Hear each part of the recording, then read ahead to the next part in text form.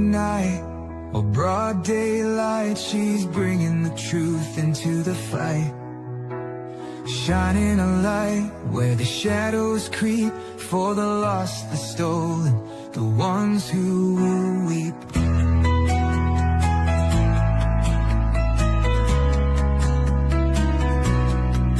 She won't turn away, she won't back down, even when the loony clowns come round. Threats don't shake her, lies don't win. She stands for justice, right till the end. Want the truth, want the best, wanna be safe as you chat. Find kids true crime, it's worth your time. She's got your back, she's on the line. YouTube, Twitter, TikTok too, Facebook stream, she'll fight for you.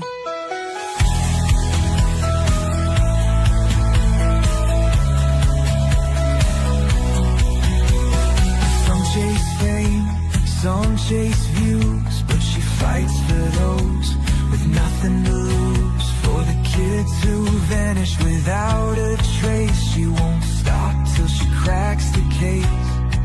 They try to silence, they try to scare, but truth don't break and she's still there, calling out monsters, showing their game. Justice comes when you speak their name. Want the truth, want the best, wanna be safe as you chat. Find kid true crime, it's worth your time. She's got your back, she's on the line. YouTube, Twitter, TikTok too, Facebook stream, she'll fight for you.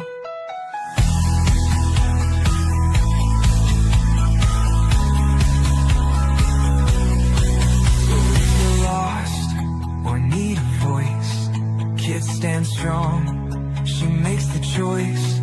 For victims gone, for those in need, she's fighting hard, she won't concede.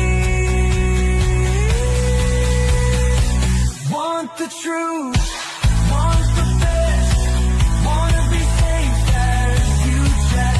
Find kids true crime, it's worth your time. She's got your back, she's on the line.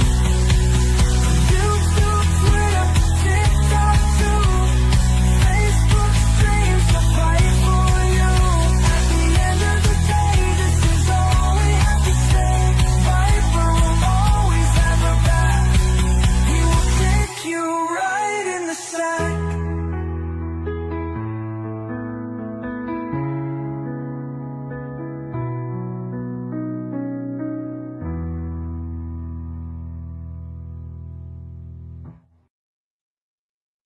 Good morning, and how are you? Hey, G17 classified, how are you? How are you? I know I'm early, people, but you know what? You know what me and Nala is going to do today, so I thought, okay, I'm going to start a little bit earlier, and I do want to say, boy, I'm telling you, there's people on TikTok, I will say. I'm going to have to go live from there. Team Lauren. These people obviously haven't seen anything. I'm Team Truth, Team Facts. That's what I am. So we're going to go over some documents. Oh, here. I want to thank Jay for Justice because she sent me these and I really appreciate that. So let me get her channel link. Hold on a minute. Hold on, because that's what you do, people. That's what you do. So I think that's really cool. She did that for me when I asked. I mean, she don't know me or anything, but that was cool. That's what creators do, real creators, right? Hold on. I'm getting her channel link. I'm sure everybody knows who Jay is, but you know. There you go. There's that. Okay, that worked. Wonderful. So what we're going to do here, we are going to go through the documents. Okay, these are the documents, and they start 619, right? Everything that has been gone through the courts until 1010 plus, okay. Oh, that's cool. The court audio thing was here too. Oh, shoot. Okay, whatever. And then all the exhibits from Lauren, I'm sorry. And there's 22 exhibits. This is going to be good. These people obviously haven't heard the court audio. I know. And see, hold on, I got to take a drink. And on TikTok, people just scroll, and they believe whatever. No, you got to do research. I ain't team nobody. I'm team me. Yes, I am. I'm team me. Okay, let's get into it. So we're going to go the first. Okay, Henderson Police Report. That's what we're going to get into. Oh, this is going to be good. Holy crap, look at all these pages. Holy crap, people. This is going to be good. Oh, let me take this down. Hold on.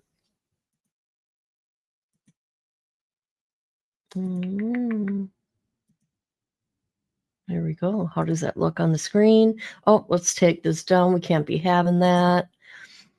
Let's put me where? Down here? How's that? Is that good? It's good to me. Hold on. Let's make it bigger. Oh, yes. So this is from Henderson's Police Department on 9/4 at 12:28:45 p.m. It says here, though, time and date 7/3/2025. Type follow-up. Okay, 7/3. There's the comment. Attempted to contact Christina per email received from her and as follow-up on initial call, no answer, and left voicemail. And that was at 4/12:02. And then, let's see. Christina returned my call at approximately 1819 hours. What's this? Okay. NBIC as recorded and labeled with the original incident number. Oh, God. Christina advised that she did not make copies of text messages, although during conversation alluded to having copies. The discussion changed to a comment, or maybe she should start saving copies to protect herself in the future. Additional conversation mentioned was how Lauren is worried about her reputation and seems to be using the police to basically scare other people. You can't do that. And it's not okay. In my opinion, it sounds like this is what's going on, man. It's sick. It's sick to me to take advantage of, use the court as a weapon and the police. What a waste of time. Hey, from the bushes, Melissa from the bushes. Hey, girl. Hey, girl. All right. Where am I? Worried about her reputation and seems to be using the police basically to scare people off. Mentioned Lauren has made, okay. So this is interesting. Do you see the dates here and times? I'm just going to continue reading. Mentioned Lauren has been made many statements about others that will make Lauren look bad if the statements were to get out to the public. We talked about Nevada law for two-party consent with recording phone calls. Ooh. I previously observed Nevada case law that included text messages. Christina asked about how Nevada law would affect her if she does not live in Nevada. And she wanted to know if the case law the two-party text messages was connected with. Okay, Ditech Financial, LLC versus Buckles. Oh, it's case law. Okay.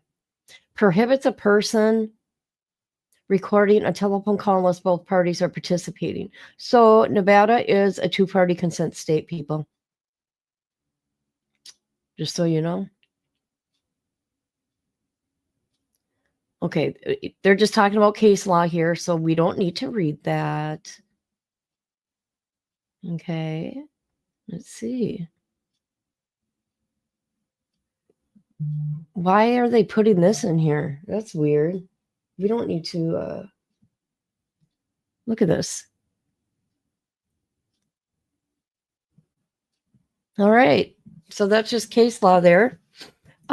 So one at a time, pages. Let me go look at the comments real quick. Thank you for being here.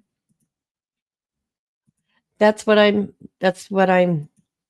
feeling, and people can dislike me all they want and whatever, but this is what I'm seeing also, and it's gross. And IJ13, what is going on with everybody's names? What is YouTube doing? YouTube, leave the names alone. Okay, now we're going to go to, okay, this is what I want to say. This is Grayson and Lauren's declaration. Okay. Here we go. Boy, this is going to be good.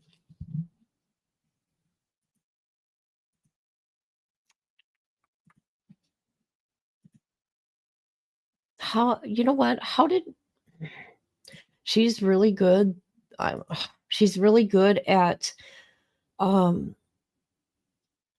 at your heartstrings, right? And she tried to get ahead of everything. But I will say the brother thing is really messed up. That video is really messed up. Okay. And if she talked about the victims of the cases that she covers, disgusting. She don't deserve to have a channel. I know my name changed a few months ago on other channels. I know, it's so weird. Okay, let's do it. So this is, let's see, filed August 28th. Lauren versus Christina.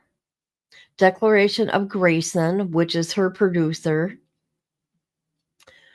Okay, my name is Grayson. She's over the age 18. I met Christina May of 2024.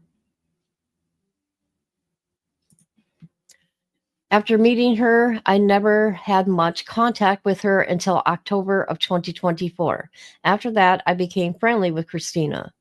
I began doing some work for Lauren the same month after transitioning to full-time work shortly after. Lauren had hired Christina to do graphic design, and I would oftentimes be more or less the one overseeing what was being done, requesting things, needing, and scheduling calls if needed. Christina and I would eventually become what I considered friends because we both did work for Lauren and were friends. There were many conversations that revolved around Lauren and her mental health and anguish as both her mother and her brother laid on hospice at the same time. Quit using stuff like that. I know it's tough, right? But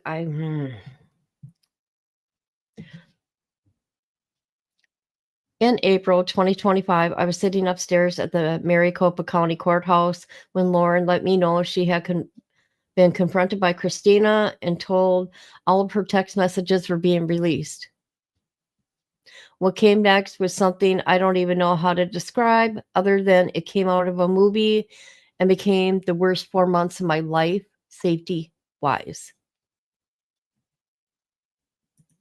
The day we left court, we were reporting, and Lauren had a panic attack. Lauren and I are together every day, all day, every day. I had never seen something like that before. Over the next few weeks, I would show up to work, and Christina's friend, Janice, would film me for no other reason than to harass me and intimidate me. Then on June 19th, I spoke to someone who told me to brace myself and that things were going to go public. She didn't willingly give up any other information other than wanted Lauren's head on a platter. This is not a threat. This is not a threat. This is all figure of speeches. And this is my opinion about these girls. I'll call them the mean girls, right? And they're just trying to intimidate her.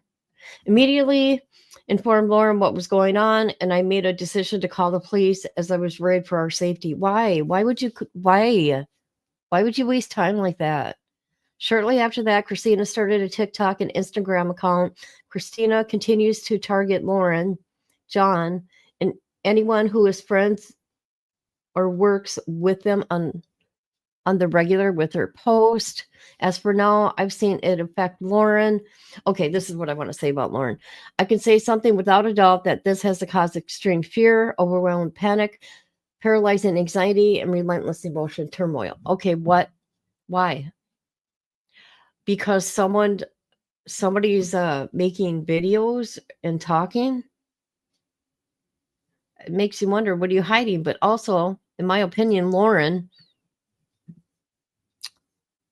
is not you. She's got over 300,000 subs. Okay. And Christina she didn't even have at one time, 400? I think she's got more now. And she's all worried. What are you worried about, Lauren? What did you do, Lauren? What did you do? I'm just saying. Okay. I've seen her go from spending every moment when not working with her little boy carefree to spending every moment not working, consumed by making sure her son and husband stay safe and trying to find ways to stop the escalation. This is on the internet. Nobody's coming to your home. What the hell? I'm sorry. As for her husband, John, I have seen him go completely lacerated and focused on work and barely being able to work. Hold on a minute. And I'll look at the comments, but I just want to share this a minute.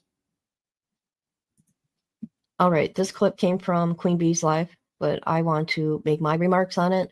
This is shocking to me, people. This was 3 days ago on her Patreon. If she was really afraid for her life, I'm sorry, I wouldn't be doing this. Oh, they're listening. Go ahead. Thanks for being a Patreon member. Dude, you can't put that in. I don't know what else to say. Weird, but very weird. Well, I guess I could say thanks to all of our patrons except our stalkers. Like, I don't know. That's weird. No, I'm grateful for that too. Supporting our why don't we say thanks to our patrons, including our stalkers. And hey, if you guys really want the scoop, you're gonna have to upgrade your tier level. You want all the private text. Yeah, please. Wow. Okay. I'm not trying to be a hater or anything, but for somebody that's been truly, truly, truly stalked, I find this really I don't know the word, you guys. If you're using these orders for your own personal reason, that is sad. I don't think this is funny one bit. Let me carry on.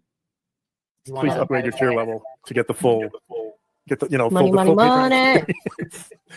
Yeah, as we sit here and laugh and giggle because. Okay, I don't want to hear her part. I just, I want to hear what I got to say. Oh, they're listening. Go ahead. Thanks for being a Patreon member. Dude, you can't put that in. I don't know what else to say. It's weird, but very weird. Well, I guess I could say thanks to all of our patrons except our stalkers. Like, I don't know. That's weird. No, I'm grateful for that too. Supporting our why don't we say thanks to our patrons, including our stalkers. And hey, if you guys really want the scoop, you're gonna have to upgrade your tier level. Yeah. You want all the private text. Yeah, please upgrade your tier level to get the full Patreon experience. Yeah, Okay. as we sit here and laugh and laugh. Okay, Lauren, what happened to those tears? I even feel bad for you. But the more I learn, you put yourself here. And if you're using the system like that, I'm very disgusted. Your husband, as a psychologist, should know better than to do this. That's all I gotta say. So there's that. There's that, people. Let me go look at the comment. Why I'm echoing? No, that was Queen Bee's recording. I took her recording for me to comment on what I heard. Yeah. I know. I don't know.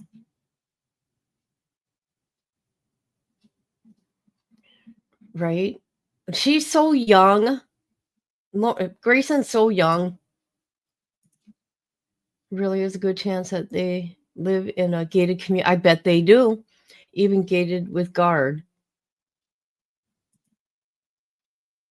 Yeah. Is she? Oh. Oh my God. She better not have said something about anybody in that case. I got my opinions, but I'll keep it there. Let's get back to it. All right. So they're worried for their safety. So her husband, I have seen him go completely lasered on work to barely being able to work it out. Come on, you guys. Sorry. Every work meeting, we have him expressing his fear and concern, not only for him, but for Lauren. On July 7th, he took me aside and cried, explaining that he had been woken up at 5 a.m. by Lauren rocking in bed that morning, who cheerfully told him she wanted to unalive herself. John informed me, as I am the one most often with Lauren during the day. After that, things intensified as we made sure Lauren was never alone and kept a close eye on the situation. As for me, I have lived every day in complete fear, persistent anxiety, suffocating dread, crushing weight of uncertainty. What?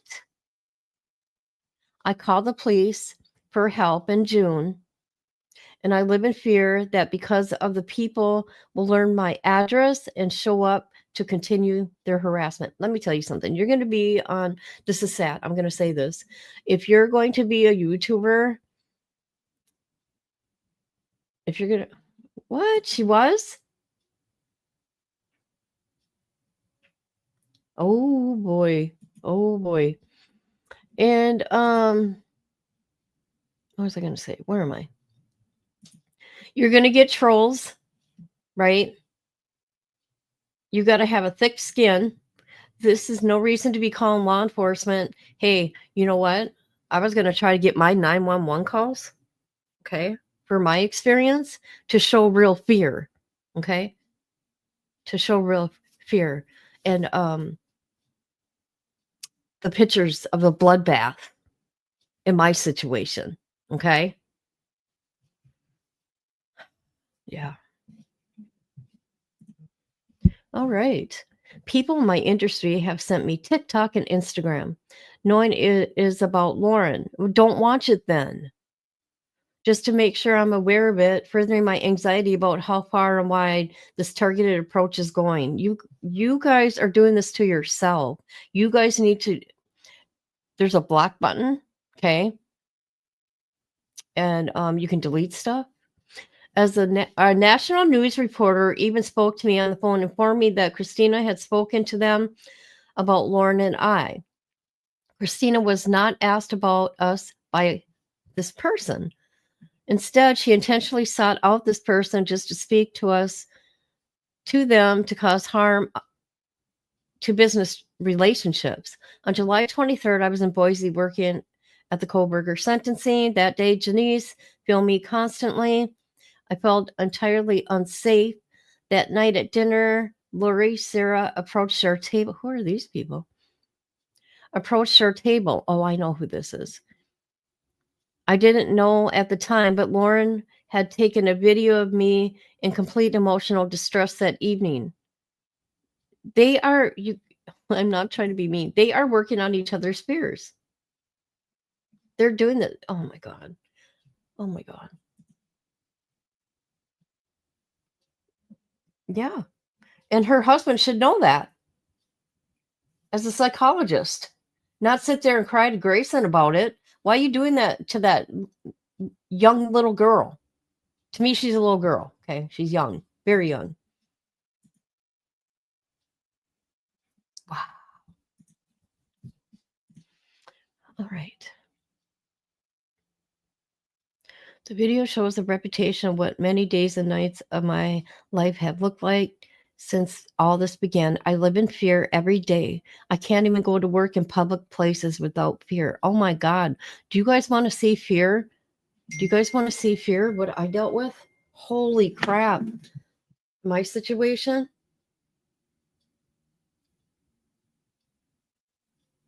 I got to turn on my phone, guys. I'm sorry. Sorry. You guys want to see fear? Fuck. I'm not talking to you guys. The whole starting her video from bed crying. Just, ugh. Misty, why is everybody's names different? I'm getting confused. Okay, let's continue. This has spanned multiple states, and I feel like I'm consistently being threatened, monitored, and stalked while Christina posts all about it on social media. I had to see a psychiatrist and get on anxiety meds to manage the anxiety I felt. Oh my God. I had get prescribed medication to sleep at night. I have not been able to sleep well. Many nights I have texts. There's the problem right there. You and Lauren are feeding off each other's whatever. I have texted Lauren and others around me in the middle of the night in complete panic. Well, it's been slightly effective. I still wake up every day in complete dread. Instead of starting my day thinking about all I'm going to accomplish, I start my day checking my phone and checking my home cameras. Oh, come on. Making the rounds to ensure I'm safe. Boy, that's sad. I'm constantly checking my doors to make sure they're locked. Come on. If these people show up to my place of work with no regard, just to stalk and harass Lauren and I, who is to say they won't show up at my home? The mental toll this has taken on is beyond my description. I've spent hours on the phone with my own father crying about my fears and safety for both Lauren and myself.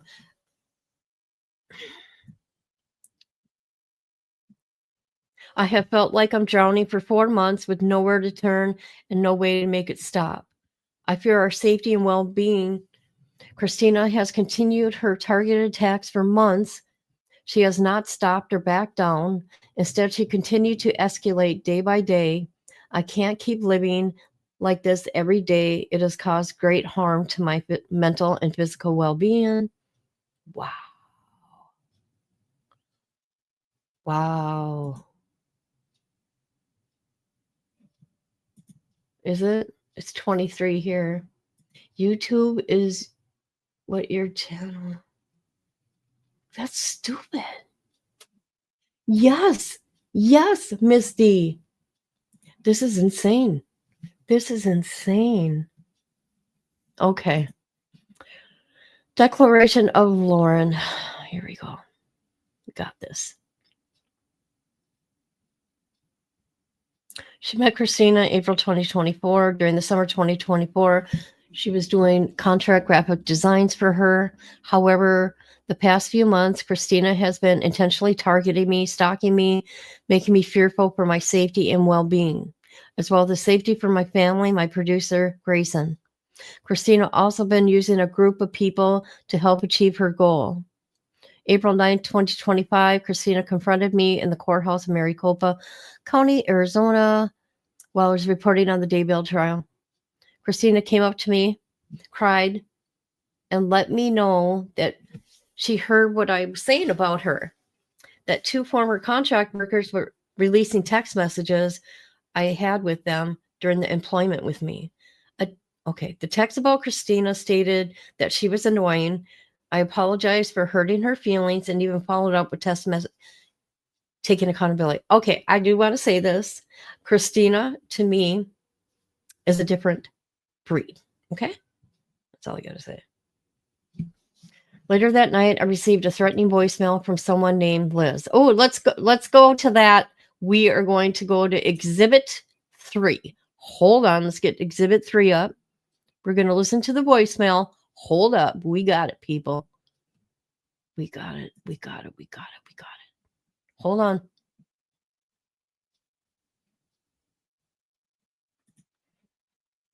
Okay, we're going to bring up the voicemail. This is Exhibit 3. Here we go.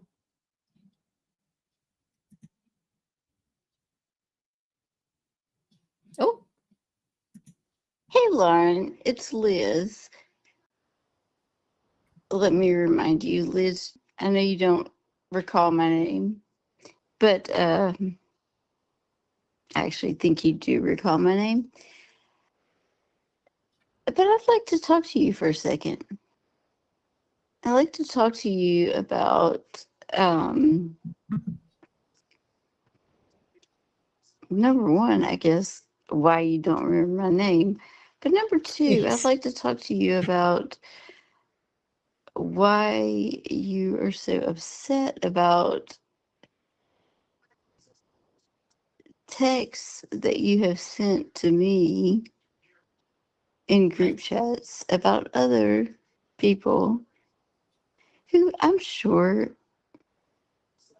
you don't. I'm sure it's hard to admit that you have said those things about those people, but I want to clear it up with you. So I would appreciate if you would call me back. No, not trying to be threatening or anything.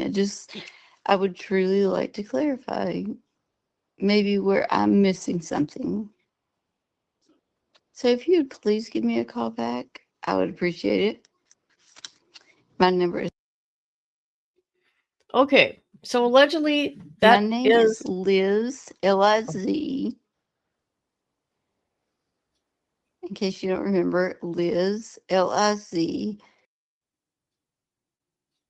my God, weirdos. Don't I'm want sorry. I'm sorry. These people are weird. I don't care. I don't care. And this is not, to me, this is not a threatening voicemail. These people don't know how to have an open dialogue. They're so fucking weird. They're so weird. I'm starting to think. Yes. There's a lot of different breeds. Yes, there is. And I'm one of them. I'm a different breed. I don't know who that lady is, but that's the threatening voicemail. So let's get back to Lauren's declaration here. I forgot to show Exhibit 2, but that's okay. All right. She brought up the fact that I said I didn't know who she was, which was something I told Christina during our conversation. I sent Christina a text message stating to please not share our conversation, that it was private, as I was feeling threatened. Exhibit 4. Let's go to Exhibit 4. Here we go, guys. Here's Exhibit 4. We're going to do this, people. We're going to do it just like it's put out there, okay? So we're going to look at Exhibit 4. Exhibit 4. There we go. All right. Here we go. Christina. Okay, this is April 9th. This is from Lauren.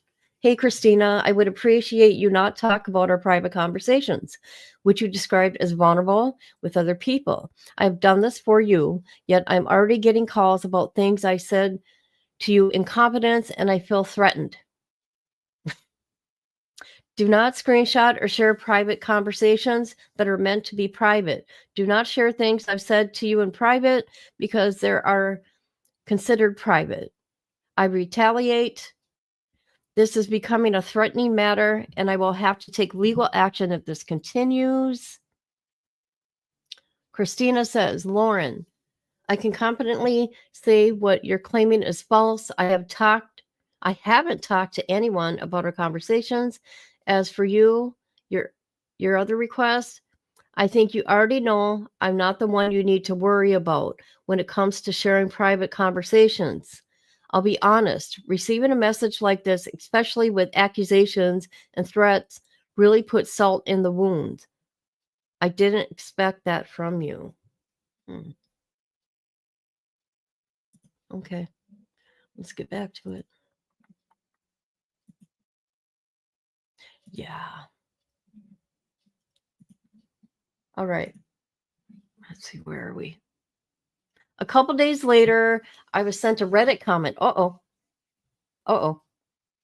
It was made by Christina alleging I was plagiarizing and had poached an employee from another person in my industry. I text her requesting that she does not defame my business online, and if she believes I'm plagiarizing, to please report me. She denied that they were her posts, despite evidence from her account showing it was her account. Some back and forth. I blocked her as I began to feel unsafe. Let's look at the Exhibit 5. Hold on.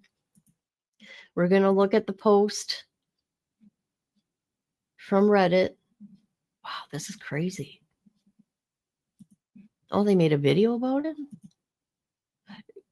I don't know who that lady is, but she sounded, yeah. All right, here's the Reddit post they're talking about. Let's do this. Oh, shoot, I can't read that. Hold on a minute. Let's back her up. How do you know this? I want to see the post. Hold on a minute. What's going on? Dun, dun, dun. We can't read that. Hold on. I'm going to do my best. Hold up. All right. Let's see. It says, I started watching her at one point, then slowly realized something about her scripts aggravated me, but I can't put my fingers on what it is. Like she's trying to use as many words as possible to make a video longer. Am I crazy, or are her, oh God, I can't even read that, scripts way overly wordly? Yeah, the excessive video clips is just to drag it out so long. If you go back to her early videos before all the fancy drama or backdrop lightings podcast sponsors, there are the ones I enjoy. I started watching during the second backdrop. God, I'm having a hard time. You could legally see her changing as the money. That's what happens, people. That is the truth. Some people change drastically.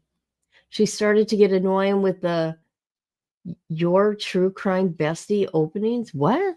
Okay. Supposedly Lauren approached somebody, employee, and had employees recycling scripts like they did for Annie for Lauren. It's heartbreaking to me that I would go from friends to you thinking I would participate in plagiarism. It's something I would never do. And if you really think I would, you should report me. To post this on a public forum is so shocking. I don't even know what I did to deserve this. See, I'm deeply apologetic for the things I initially thought about you as I got to know you. Yes, I made mistakes and misjudgments. Hold on a minute. Is there more? There's probably more. Oh my God. Are you kidding me? What is she? Oh my God. Okay, we'll get back to that. That is crazy. Oh my God. She's doing too much, people. Doing way too much. Okay, we'll get back to that exhibit later. I'll keep that open. Holy crap. Sorry, I don't want to waste your time. Let's do this. All right. All right. Oh my God, there's more. Okay. Okay, as soon as we get done with Lauren's declaration, we will go through the exhibits. Okay, after some back and forth, I blocked her as I began to feel unsafe. Oh, Jesus She then sent me an aggressive email, and I sent a response asking that she not contact me, as I was once again feeling threatened. On April 15, 2025, I was confronted by a friend of Christina's named Janice at the same courthouse. This incident is on film. Oh, yeah, I want to talk about that. On film, Janice was told by bailiff she needs to leave me alone and stay away from me. Fast forward to June. Christina created both a TikTok and an Instagram account solely about me, where she continues to post harmful things about me in efforts to expose me. The first TikTok about me posted on her personal page and later on her targeted page is her telling her friends that I wanted, this is so wrong, that I wanted to use my brother's sperm with an egg donor so that I or a surrogate could carry his baby. Yeah, that was gross. That should be taken down. My brother passed away in March after a devastating ATV accident in 2023. Christina is telling her followers that I wanted non-consensual collect my brother's sperm while he laid in a vegetative state, unable to walk, talk, or have any basic functions without assistance, to have a child with him. Led to flurry of comments from people about me, including one of being a form of R, to which Christina responds, yeah, you may be right. See, Christina, that was gross. And you're going to get a lot of karma for that video you made, just saying. She had since made multiple TikToks about this so-called grape and claims that I want to, you know what, ick. On June 19th, I received a word that things were going to go public. And people wanted my head on a platter. I called the police. God, what a waste of time. I called the police as I once again, fearful for my safety, with such vague threats. The police called Christina, and she recorded the phone call and posted on TikTok and Instagram, mocking the police officer. On July 12, 2025, she began posting clips of my voice on her targeted social media accounts. The first clip of my voice was part of the conversation we had at the courthouse on April 9, 2025, despite the courthouse having no recording policy. The video, in which she compared me to infamous murderer Jodi Arias, has gained over 33,000 views on TikTok. Quit watching her then. Block her. Don't watch them. On July 13th, she posted a video with me, photo of me, which is well-known photo with a clown emoji over my face. Once again, trying to get people to identify who I am, to come after me. On July 17th, I was on an episode of Mormon Stories podcast, and Christina wrote in the comments with I Majoni in effort to let people know she was watching. I'll look at the comments in a minute. Shortly after the episode premiered on July 17th, John, the host of Mormon Stories, received a cryptic email thread about me with a link to a TikTok. In this thread, the writer of emails claims that Christina will continue to post horrible things I have done. And she intentionally not using my name, but it is about me. On July 23rd, 2025, I was in Boise, Idaho, reporting on the Kohlberger sentencing. Prior to the press conference, I was looking for a seat. There was not many, but there was one open next to a woman named Lindsay, who is a former producer of mine and a close friend of Christina's. I asked Lindsay if the seat was available, and a woman named Lori, also one of Christina's friends, began screaming at me not to talk to Lindsay because I had previously sent her a cease and desist. I simply ignored and walked away. During that day, myself and my producer, Grayson, were consistently filmed by Christina's group of friends, which included Lindsay, Janice, Lori. I'm shocked Lori Day is involved. Sarah, Julie, Emma, all involved in committing and reposting the content on these targeted social media pages. That night, my producer and I went to a local restaurant in Boise to have dinner after sentencing. We sat outside the restaurant and were enjoying our dinner when I noticed Janice was filming me from outside the restaurant property. I turned on my camera for safety, and shortly after that, Lori and Sarah came up to my dinner table confronting me. Janice continued to film the confrontation from outside the restaurant. The waiter came over as Lori walked away, and Sarah continued the confrontation. After leaving the restaurant, they walked to the restaurant across the street there, waiting for us to leave the restaurant where we were eating. Oh my God, let me take a drink. Hold on.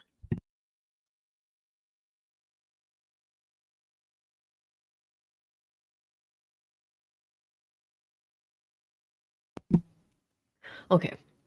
Both myself and Grayson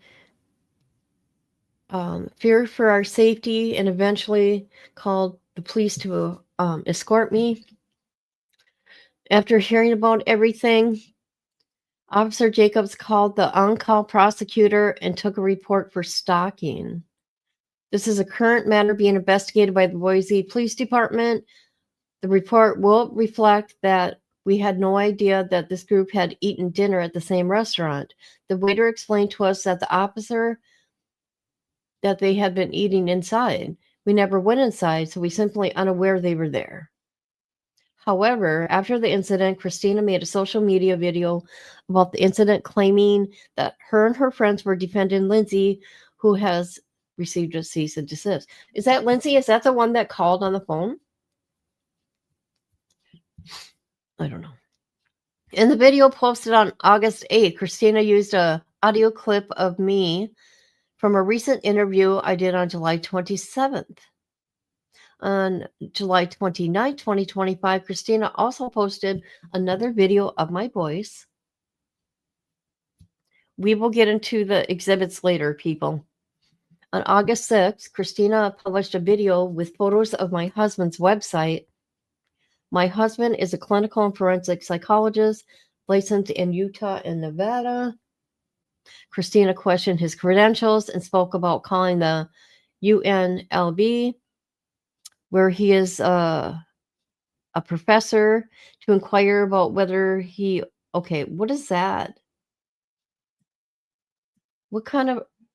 Does anybody know what that means, that word there, guys? What kind of professor is that? John has been an informal professor for over 20 years and takes on a new student every year, supervising them as they work on their thesis. Okay. August 13th, Christina posted screenshots of our correspondence from April, in which I clearly state I feel threatened, once again showing no regard for my safety. What I do want to say, I think it's wrong to share. If you had... Okay, I would never share anybody's text messages. I just won't do it, people. I couldn't do it. Nope. Okay, she felt threatened. She felt threatened, people. After that date, she continued posting more social media videos about me. Quit watching then, Lauren. Quit watching.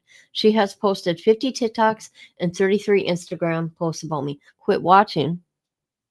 That's all you got to do is quit watching. Believe me, it goes away. She continues to share my voice, my photos, and use search engine optimism on these platforms. So if you look up my name, her videos come up. They do. Her group of friends continue to comment and harass. Not only has she contacted UNLV, where my husband supervises students, John, she also contacted the producer of a national news show, advised them not to work with me, other colleagues of mine, and also approach victims of major crimes that I work with. How can you... What do you mean by this? I want to know. Victims of major crimes that I work with. What does that mean, Lauren? So you're telling me these victims that you have gotten close to, it's work? It's work only? I don't know. I just caught that. Interesting. To tell them I am who I am. To tell them I am not who I am.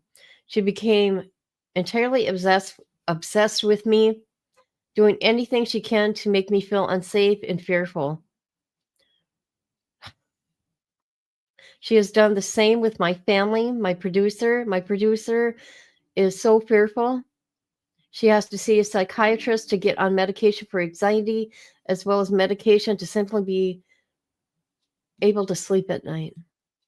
My husband's blood pressure is far higher than ever, and doctors are concerned about his health. He is not sleeping due to the fear and anxiety. Why? I don't understand. Why is he in fear? What is he in fear of? Videos on the internet? Videos on the internet. I live in constant fear about being followed, harassed, both at home and when I go to work in other states as well as online. I cannot function my day-to-day life due to obsessive campaign against me, how it is affecting my mental and well-being. Christina uses herself as well as others to continue to harass and stalk me daily. These attacks are unrelenting, and she will not stop. I fear for our safety and well-being. Every day it feels like the walls are closing in. You need to go somewhere. You need to go to the hospital. And I'm not even being mean. You need to go and get help. And there's no escape for terrifying, obsessive, unrelentless attacks on us, our reputation, and our work. You need to go into the hospital. You need some help. I feel threatened and danger 24/7. Wow. I cannot continue to live in fear every single day, wondering what will happen next. Oh my God, people. I got a lot to say. The stress of this has already caused many dangerous health side effects for my husband, for myself, my family, my producer. Positively malicious, and I have already described a painful but important detail. I am fearful of how she will continue to take things if the court does not step in to help me and us.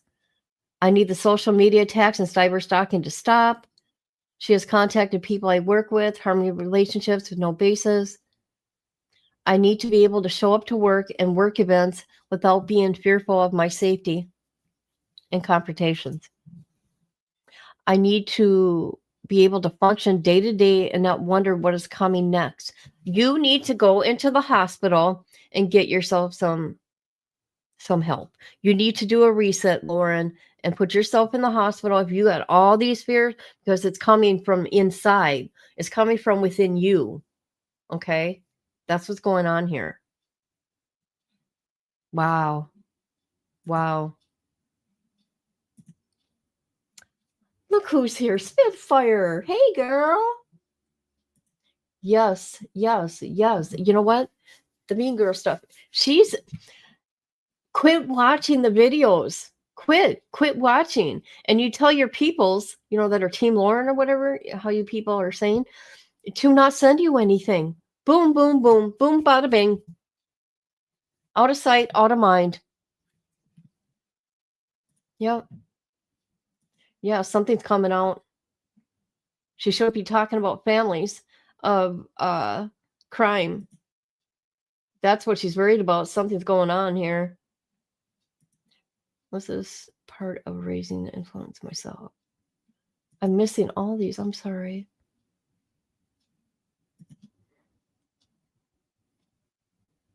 God, that was a lot. Annoying, immature, retaliation, possible harassment. Oh, God. You know what? Yeah. Oh, hold on a minute. I got to turn off my notifications. We got a lot more people. We got a lot. Hold on. Okay. Had to turn off my notifications. It's messing me up. Hey, girl. All right. We are going to go to now. Let me look. This is Lauren's second declaration.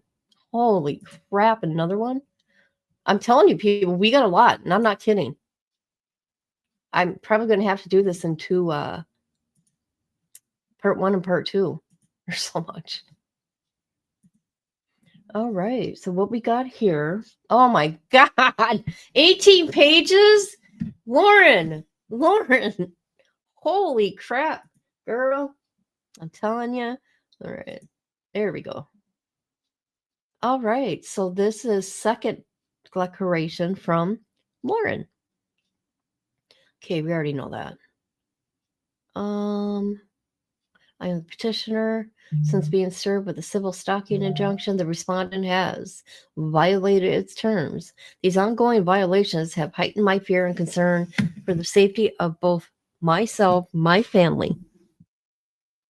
The respondent's actions has demonstrated a clear disregard for the court's order and deliberate intent to continue targeting, stalking, harassing me, even while active injunction remains in effect. I want to know how she got that. Hold on a minute. Let me see if I have that. How did she get that? Does it? Okay, I don't think I got that. Hold on a minute. I want to know how she got this.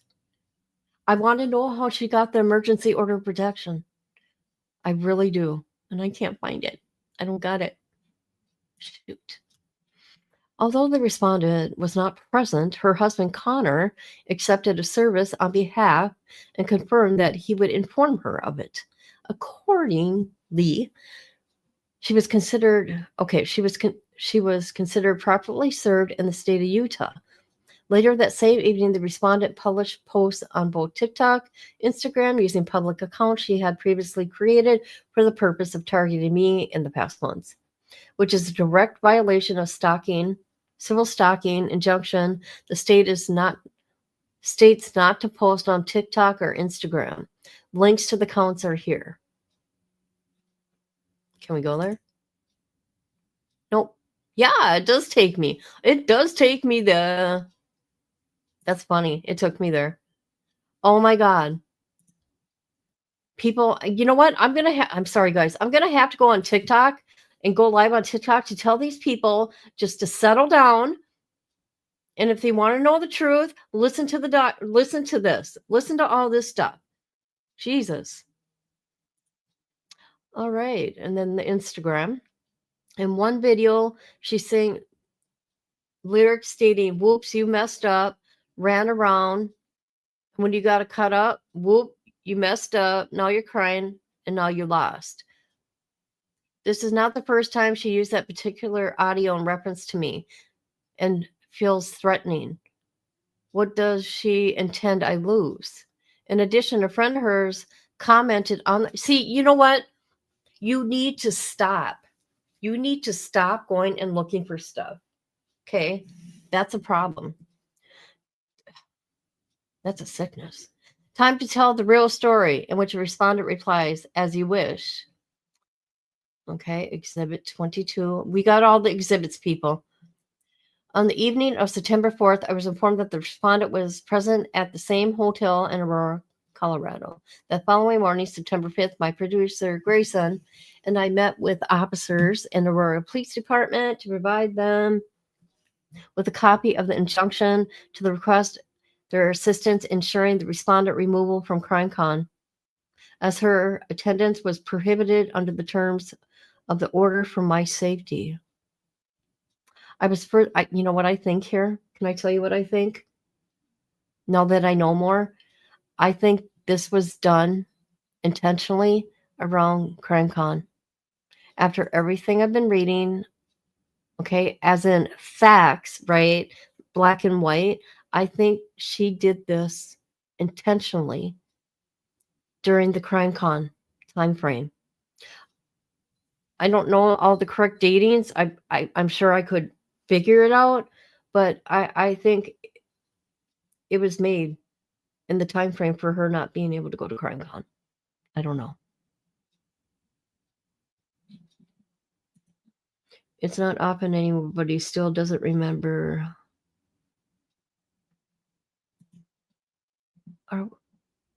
Okay, you guys are just chatting. Okay.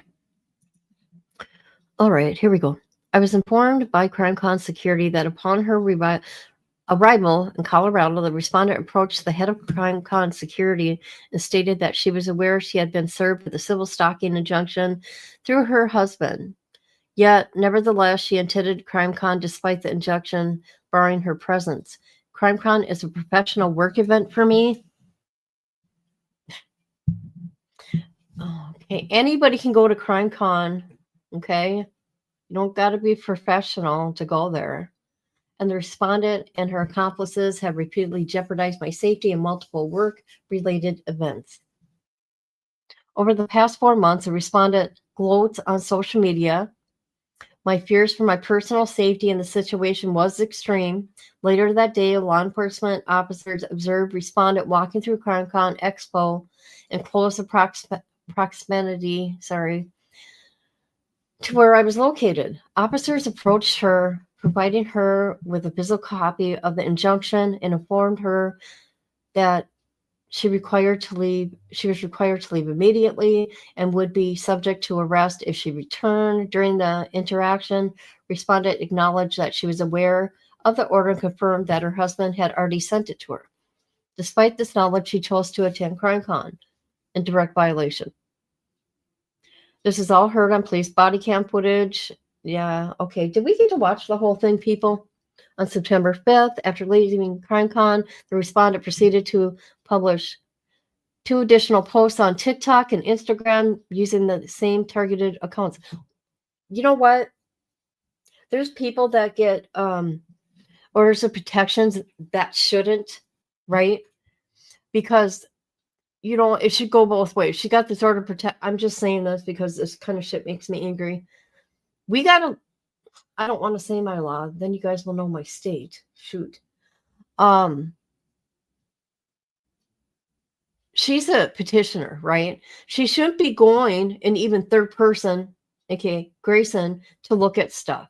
That should be, it should go both ways. Don't you think? Don't you think, people? That's just my opinion. That's just my opinion. I've seen women use this to target men. These order protections. I'm just saying, in my real life.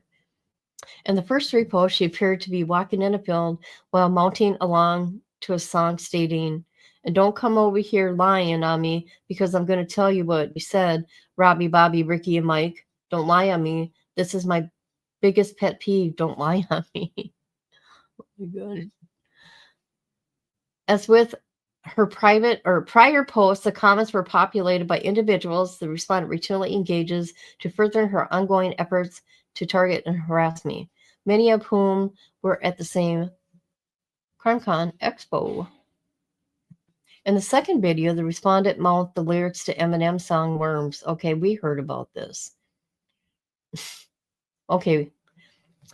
The song says, let's see, opening line. You claim if you get knocked out by the cops, you give them not even a statement. Walking in arraignment, shoot the bailiff, karate kick the plaintiff.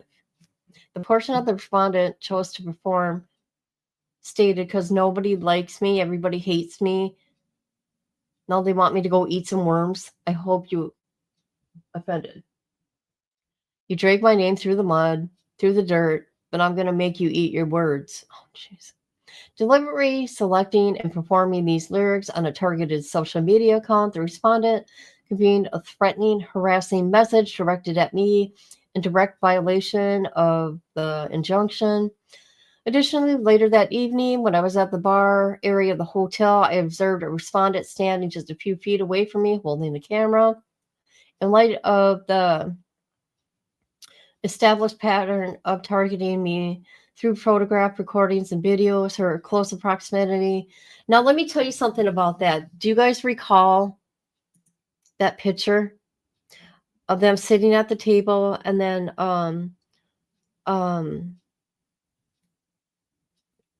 then what's her name? I'm sorry. God, I wish I would have had the picture here. Maybe it's an exhibit. Let me look. Exhibit 25. There we go. Let me go to Exhibit 25. Oh, we don't have Exhibit 25. Oh, no. That's disappointing. Shoot. Hold on a minute. Oh,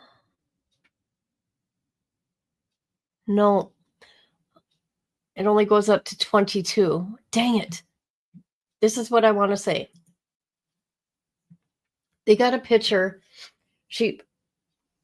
For one of her exhibit, there is a picture, and you do see Christine and her group of people. Christina's taking a picture of those group of people. Now, on Web Sleuths, Megan Connor, which is Lori Vallow's cousin, and a guy named Joe Schmo were on there. They admitted in that live their words that for Lauren, they had Lauren's back. They were following, taking video and pictures of Christina. I'm not shitting you. It came out. It came out of their mouths. Okay? All right. Oh. And led her established pattern of targeting me through photographs, recordings, and videos. Her close proximity with a recording device was extremely threatening and placed me in genuine fear for my safety. The respondent only departed after noticing that my producer, Grayson, was on the phone at the time. Grayson was speaking with an officer from the Aurora Police Department. This conduct occurring after she already been warned by law enforcement earlier that day demonstrates her intentional disregard for injunction and her ongoing effort to intimidate and harass me despite the court's order. The officers reinforced over and over that she'd be 500 feet away from me at all times. See, we don't have Exhibit 25. Sorry, guys. Sorry. When I get it, I'll show it. Later, I learned that a friend of mine who is aware of the ongoing threats and stalking had taken photos of the incident. These photographs clearly showed the respondent was standing only a few feet away from me. Oh my God, this is so funny. I just told you. So she must be talking about Joe Schmo and Megan O'Connor here, but I don't think their names here. Let me continue.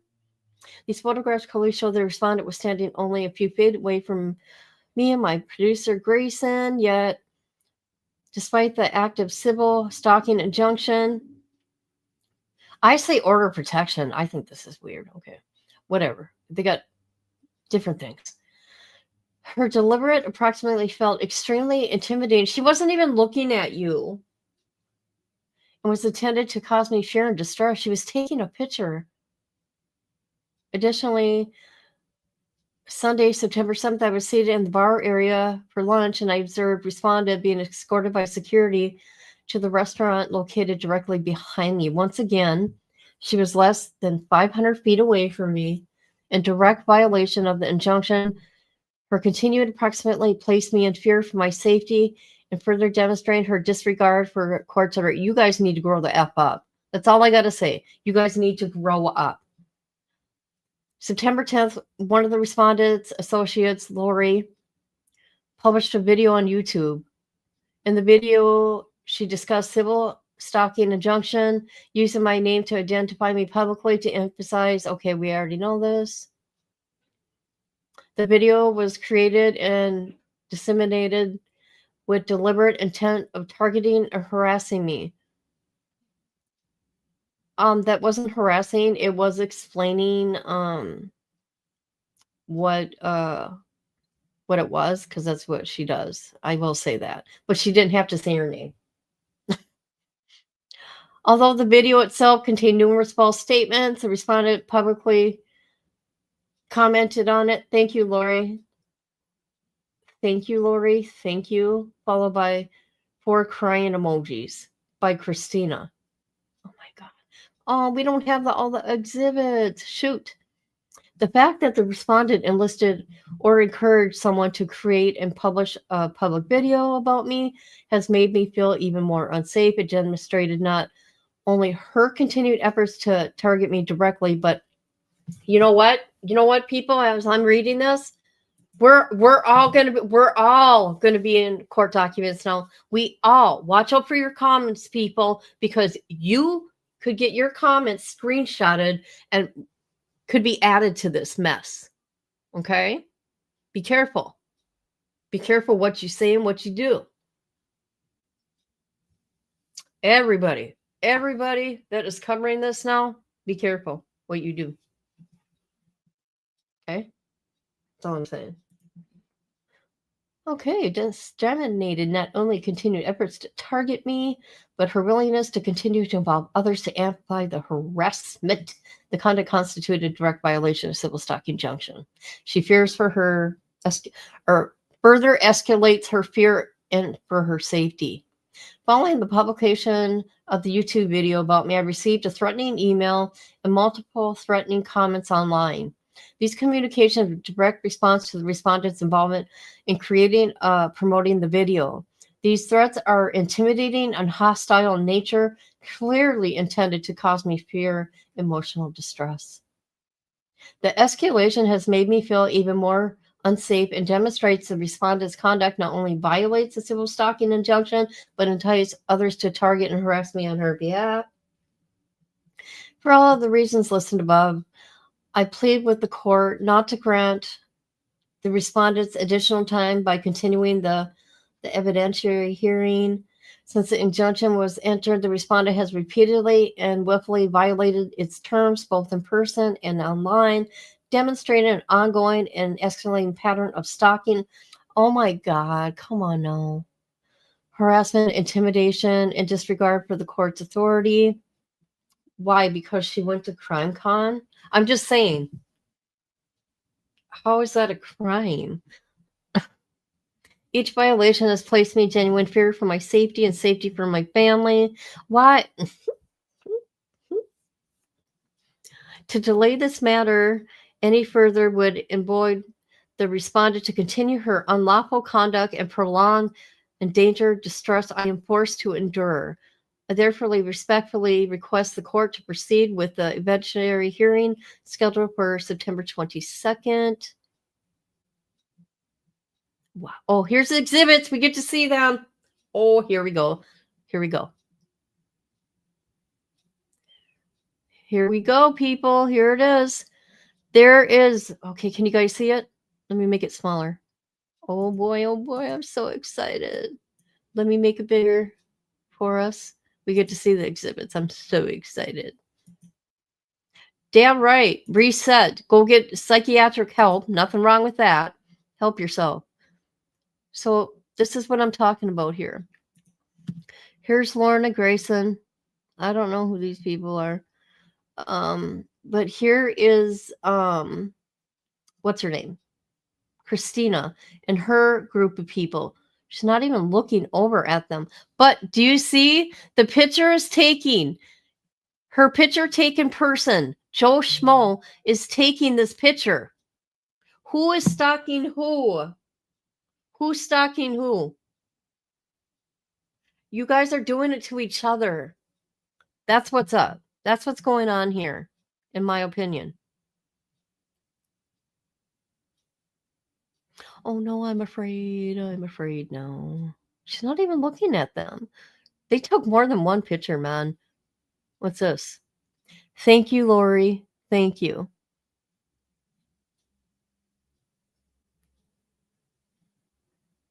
What's this? I understand petty drama occurred at CrimeCon. How unfortunate and disappointing. Okay. This is from Annie Smith. You have an email from the questions form of Hidden True Crime website. So blocking other creators from attending CrimeCon with stalking complaints? Explain that.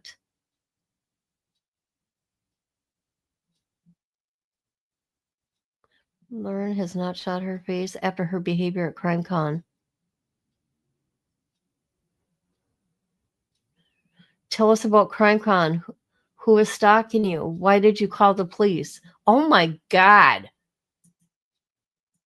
You guys. What the hell? I got to take down some of the, let's see. We will get to the other exhibits.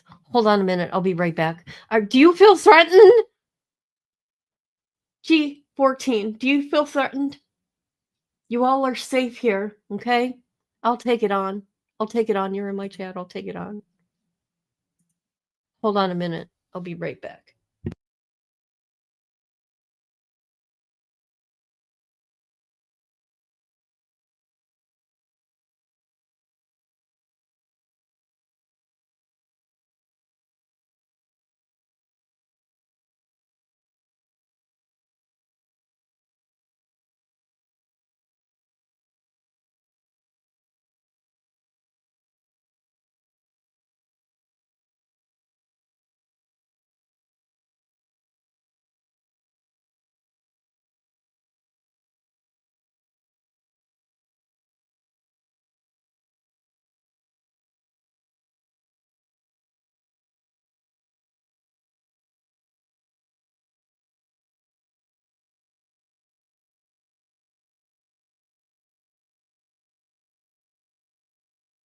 Yes, I will protect every one of you. Yes, I will. You know that. Just let me know and I'll handle it, okay? All right, so now we are going to go to witness affidavit Paul. Holy crap. I'm telling you, people, it's going to take a while to get through all this. There's a lot. All right, this is from Paul. All right, so let's make this bigger. Affidavit, witness affidavit. Paul, resident of Indiana. He attended CrimeCon. I know who that is. CrimeCon. Okay, 2025 at the events at Gaylord Rockies Resort and Convention Center. Gaylord in Denver, Colorado on September 4th. I want to look that place up. Gaylord Rockies Resort. Okay. On September 5th, 2025, I was present at the main bar. There was an individual who was identified to me as Christina in the immediate vicinity of myself and other individuals known to me personally, including Lauren. Christina was reported to me because she had been served a restraining order with similar legal documents, ordering her to refrain from being a distance away from Lauren. It appeared, based on my personal observation, that Christina may have been in violation of the reported court order in regards to her close proximity to Lauren. The actual distance between Christina and Lauren is 20 feet or less. Are you kidding me? Are you kidding me?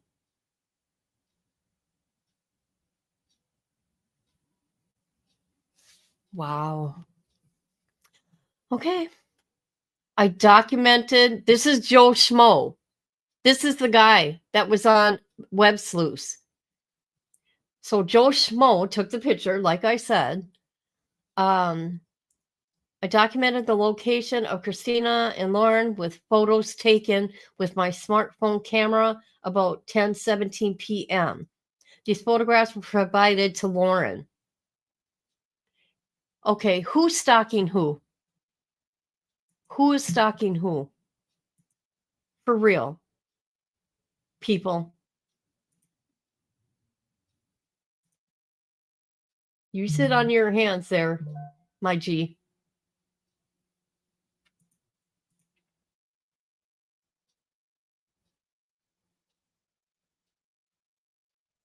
You can say anything about me. You know that, J13. Okay, now we're going to get to ex parte civil stalking injunction. Is this it? Is this it? Oh my God. Oh my God, you guys, is this it? I'm sorry. Am I driving you guys crazy? Oh my God, I hope this is it. I just want to know how she got it. How did she get the ex parte? Is this it? Ex parte to enforce. Oh. 9-4 stalking injunction for sanctions. On September 4th, 2025, the court issued a temporary civil stalking injunction. You know what? CSI, whatever.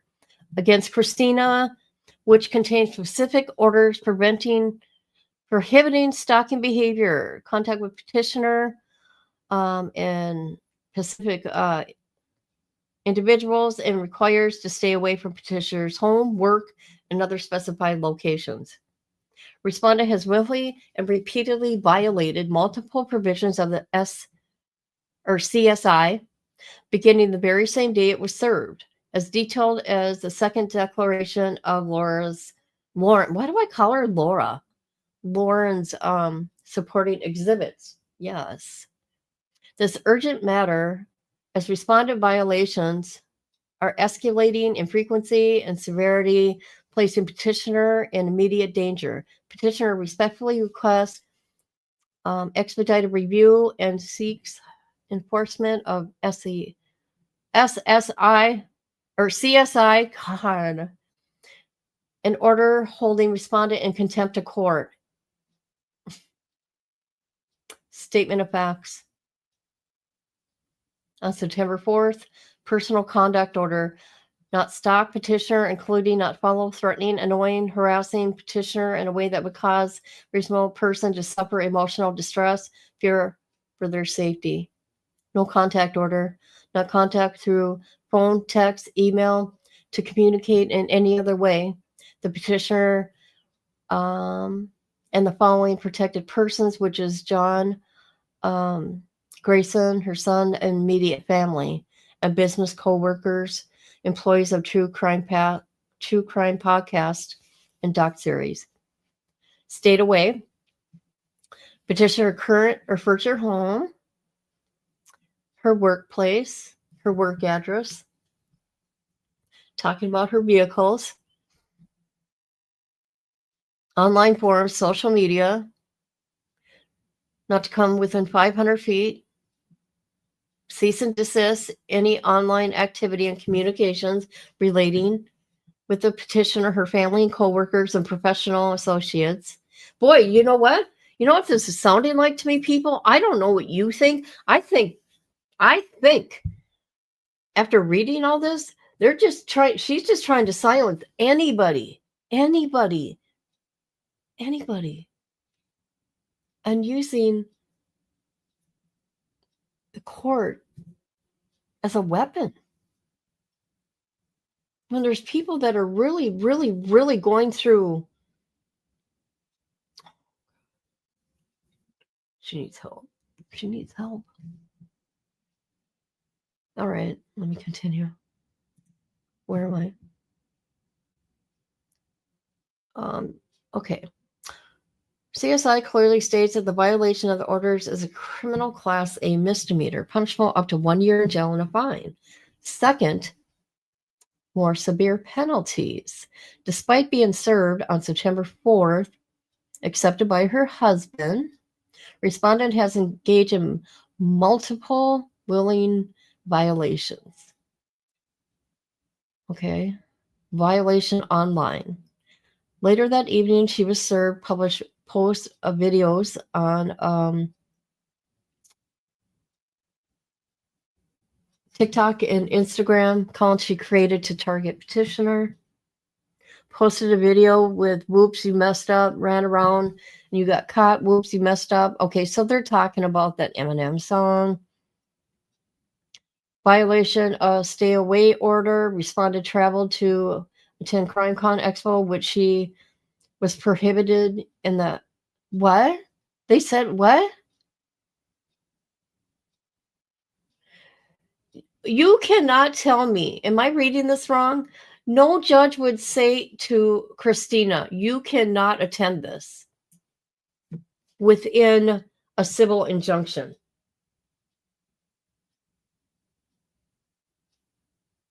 No way. Am I reading this wrong? Approached CrimeCon security, acknowledging she's aware of the CSI, but attended it anyways. We observed that law enforcement walking through CrimeCon in close proximity to petitioner's location. When confronted by officers, she admitted she knew about the order and that her husband sent it to her. was physically served again and told to leave immediately or face arrest. After being removed from CrimeCon, posted 2 more videos on TikTok and Instagram. First, mouth audio, "Don't lie on me," was threatening undertones. Oh my God, it's TikTok. Second video, Eminem song "Words," violation of 500 feet away, and they're talking about the bar, even though they were taking pictures themselves of Christina. Second violation, stay away order, the bar during lunch. Indirect harassment through third parties. So she's talking about Lori Hellis's YouTube video. So because Lori made a YouTube video, that's Christina's fault too, people. Okay? I'm just letting you know right now, according to Lauren, if you never mind. Respondent commented on the video. Thank you, Lori, with crying emojis. Video resulted in threatening emails and comments directed toward petitioner. Demonstrate responded directing, encouraging others to harass petitioner on her behalf. You make a video. You cannot control what other people say or do or their opinion. Patty Sturgis is here. Patty Sturgis. Hello, beautiful. Hey, it's nice to know facts coming from, stuff like this. I love it. I was feeling super bad at one point in time. Where are we? These repeated and escalated violations caused petitioner extreme fear for her safety. And that of her family, demonstrating responded complete disregard for the court's authority, deliberate intent to continue stalking and harassing petitioner despite the active injunction. Okay, legal authority. And they talk about the Utah Code.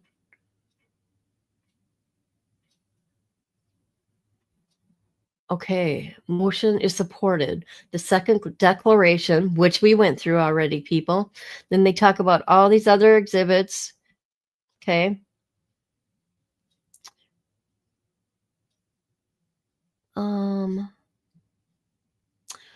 The facts set forth declaration exhibits would be admissible in evidence and support in finding that the respondent has violated the CSI on multiple occasions within days of being served, request for relief, issue an order. Okay. Issue an order to attend hearing requiring respondent to appear personally before this court to explain why she should not be held in contempt for violating a civil injunction.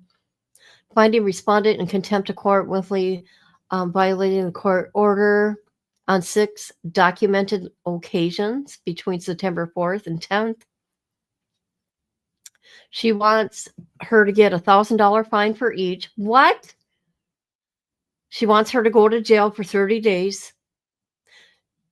She wants her to pay all the petitioner's attorney fees and costs in bringing in this motion. Payment of petitioner's travel and security costs. What? She wants her to go to jail, people. She wants her to go to jail. What? She wants $1,000 for each TikTok video she's made at this point in time. Careful, people. Careful. For the full statute period given, respondent immediate repeated violations. Modify the CS to include stay 1,000 feet away. Holy crap, 1,000 feet. Explicit prohibition on directing third parties. So people, do not say anything in my chat because that'll hurt Christina. That'll hurt Christina, people. Anything you say in my chat on my live, okay, Christina will get the blame. don't let her create any new social media account. No, come on. Who's her attorney? I want to know who her attorney is to type up this nonsense. GPS monitoring? What? What? No. Am I reading this right? You got to be kidding me. This is insane. So she wants her on a GPS monitoring. What else? So instead of going from civil, she wants it to become criminal for misdemeanor stalking. Issue a bench warrant if respondent fails to appear in court. Grant such other and future relief. You know what? She's making this like. She's making this. Oh my God! You know what? I'm gonna get into my shit. My stalking. Let me tell you, this ain't nothing. This is little grade school shit here. This ain't nothing. This is bullshit. That's what I'll tell you. This is all bullshit. And hi, Viper. How are you, my friend? I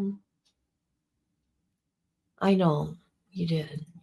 Her attorney is a law firm her brother works at. Huh. Okay, now we're gonna go to. So isn't that interesting? She wants her to do jail time, be put on a GPS monitoring. Are you fucking kidding me? There's women like me that have served order protections, had order protection. You know what happened? You know what happened? It didn't work. It didn't matter, the order protection, because 2 people almost got killed with a baseball bat. Yeah. It was a bloodbath, what I dealt with. Okay? Okay. Shit. I don't know. Okay, so now we're, oh my God. Here's another. We're going through Christina's objection now.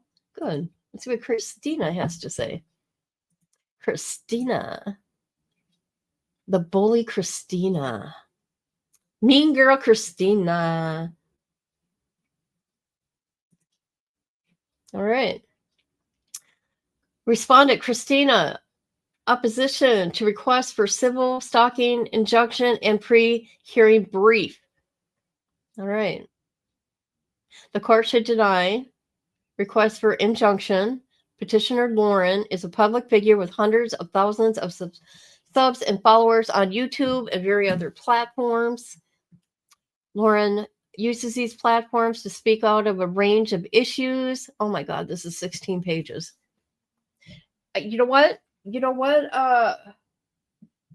J13, your ass should be up here to help me read. Including current events, legal news, true crime, and culture. But Lauren also has a history of using various means to deprive others of the very same rights she exercises. Several individuals have been subject to cease and desist letters or false police reports. The requested injunction is simply Lauren's latest device to shut down speech, which she disagrees. Let's see. The injunction lacks merit under the Utah Civil Stalking Statute. Who is this? M has not spoken with or otherwise communicated with Lauren directly or indirectly since April 2025. She responded to a string of text messages from Lauren, has not initiated any communication with Lauren since March 2025, before their friendship fell apart or fell out. Let's see. I'll look at the chat in a minute. I'm sorry. Lauren based the requested injunction on a tangled web of allegations regarding Lauren's own conduct and conduct of Lauren's other former friends and acquaintances. Oh, wow. Lauren provides no evidence that blank ever, I'll say ever asked or induced anyone to contact Lauren for any reason, let alone to threaten her. Lauren states that she subjectively felt fear and emotional distress, but cannot point to any threat or statement That's what I've been saying from the beginning. There is no threats. No threats. It's just videos and quit looking for them. Okay, further, the injunction is unconstitutional. The imposition of enforcement of injunction, temporary order, issued on September 5th would violate Blank's rights under the First Amendment of the Constitution. In Utah, recent Utah law makes it clear that content-based restrictions on speech, even in civil stalking contents, must withstand strict scrutiny. The proposed speech restrictions. Nothing in the, requested injunction or supporting materials establish that Blank acted with the degree of culpability under the U.S. Supreme Court case law. Facts. Let me go to chat in a minute here. Hi, how you doing, Carol? How you doing?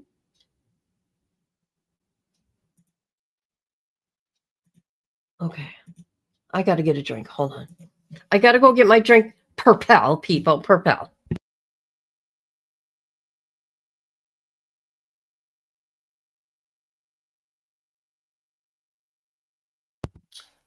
Okay.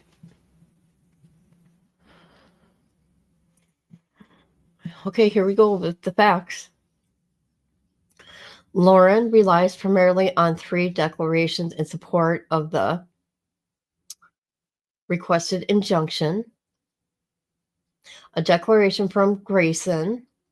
The opposition relies on incorporates by references that follows declarations follow concurrently along with documents and other things Christina expects to introduce at her defense at the hearing. Declaration of Christina, Lindsay, Janice, Lori, Joe, M. does not restate the facts from each of the foregoing declarations, instead provide a summary of key facts. Lauren is a public figure with hundreds of thousands of subscribers on YouTube and tens of thousands of followers across various social platforms.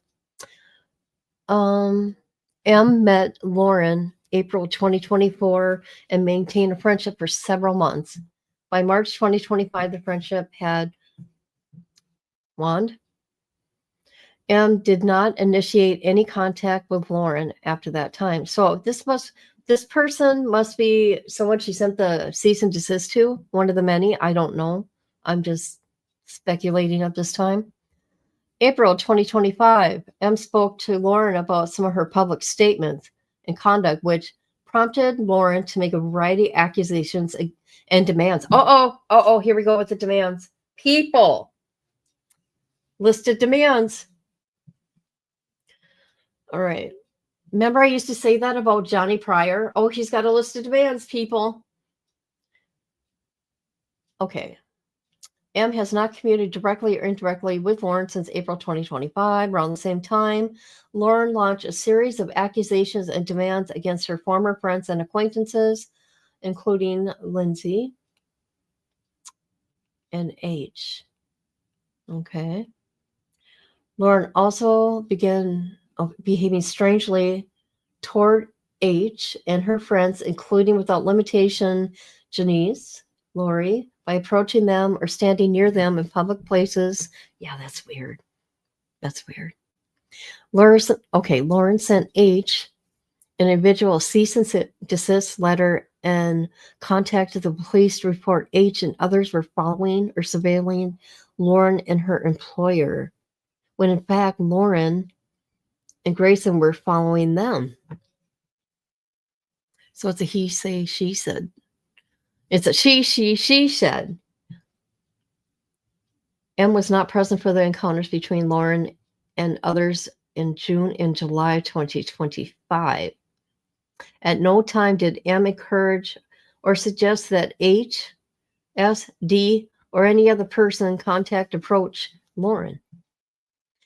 M's social media posts and public comments in April 25 have not been directed at Lauren and were not intended to communicate with Lauren directly or indirectly. Rather, M was addressing her social media subscriber followers about topics of public interest in the true crime community. And here we are. And here we are. And here we are, Lauren, including Lauren's statements and conduct. Lauren has maintained her social media presence and continues to engage in public discussion by posting or streaming hundreds of videos since April 2025. Lauren has used M's public statements as pretext for squashing her speech, removing her from public events such as CrimeCon, which took place September 5th through the 7th in Denver, Colorado. Okay. Matheson's Lauren misrepresented the events at CrimeCon in an attempt to secure the request injunction to accuse. Oh, okay. I know. Okay, God, this is Christina. Now I got it right, people. I know who this is. They're talking about Christina. Duh. Okay, the argument. It talks about all the elements. Stalking consists of two elements. The respondent must intentionally and knowingly engage in a course of conduct directed at the petitioner. Number two, the respondent must know an act of recklessness regarding the course of conduct would cause a reasonable person to fear for person's own safety or suffer emotional distress. And then they talk about some case laws here. Okay, right here. Both elements must be present before the district court can issue a civil stalking injunction. Here, Lauren, okay, hold on. Here, Lauren cannot provide either element to justify the injunction. Further, the Utah Courts of Appeals recently reiterated that the First Amendment cabinets the court's ability to issue civil stalking injunction to only specify perimeters. Okay, here's a footnote. Courtman instructed in the instant case for many reasons, foremost to promote a change in stalking statute definition of stalking, such that the petitioner must show at least recklessness with respect to the effect of the course of conduct. Okay. Restrictions are presumably unconstitutional, subject to strict. Hold on a minute. Where am I? Matthews cannot show she is entitled to a requested injunction under the stalking statute. Yeah, because that don't make sense to me, people. I don't know how she got this. Are you ready? Okay. I don't know how she got this.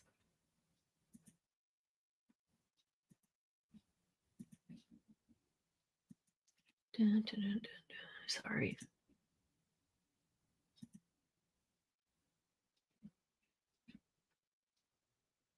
And hi, who's ever in here and listening. I appreciate every one of you being here.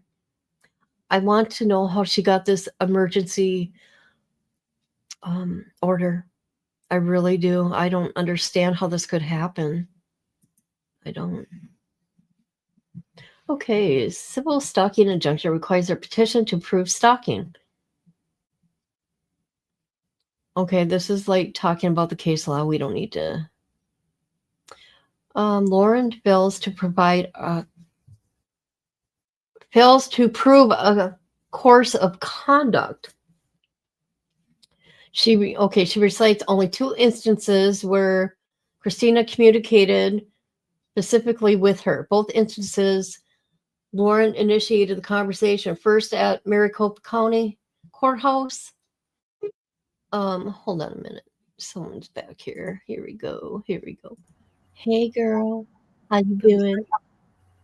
Good morning. Good morning. How you doing? I'm all right. Isn't this crazy? It is. It is absolutely crazy, and it's The things I the just don't things get. I don't get the energy. I would not put this much negative energy into a bunch of bullshit. Just, if somebody's going to go that low, then just be the better person. Don't give them the power to aggravate you. I agree. I would have in the first place just washed my hands, with that person, but I wouldn't be looking at all their social medias. You know what I mean? Exactly. And watching. No, Exactly. you I, put I'm yourself in that state of mind, and if you're going to harm yourself, you should be in the hospital getting psychiatric help right now.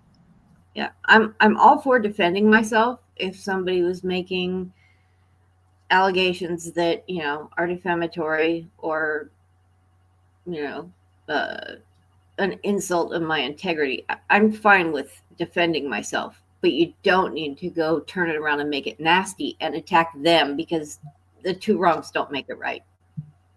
Well, yeah, they're all guilty here, but the way she put it, boy, I really thought she was being Seriously stalked. yeah, I did. Okay, do you want to read? I can do that. Can you see it? Well, I've got it up on my TV, my phone, and my laptop. So as long as you guys can hear me from standing by my TV, then I can read. So, hang on. Hey, but it's giving us, sadly, but it's giving us all good content, though, right? Yeah, it's definitely providing content. That's for sure. It sure is. It's giving it life. There's a lot of people covering this. Oh God, yeah. So I'm just going to state for PSA that I am reading this for purely entertainment and informative purposes, and I don't claim either side. Okay, I want to say to people, there's no way I can do this within one live because there's so many documents here, but because I'm going to be leaving my house here in about an hour and a half because me and all are going for our walk. I'm just putting that out there, and when I get back, I'm going to continue with these documents. Okay, go ahead. All right, are we at the exhibit Right here. Number one, Matthias fails to prove a course of conduct. Yep, go ahead. Okay. Thank you. Can everybody hear me okay? All right.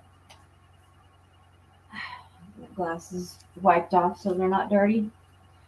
Matthias's declarations recite only 2 instances where Christina communicated specifically with her, and in both instances, Matthias initiated the conversation.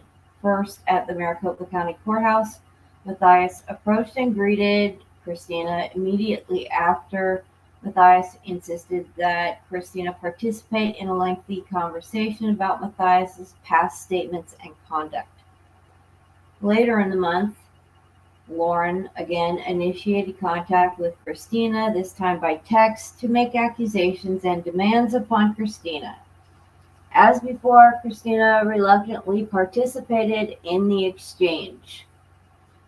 Christina could not have known the communications were unwanted because Lauren initiated them. Indeed, Christina made no attempt to communicate.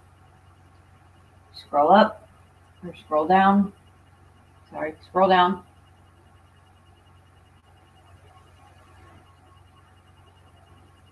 Bueller, scroll down. Thank you.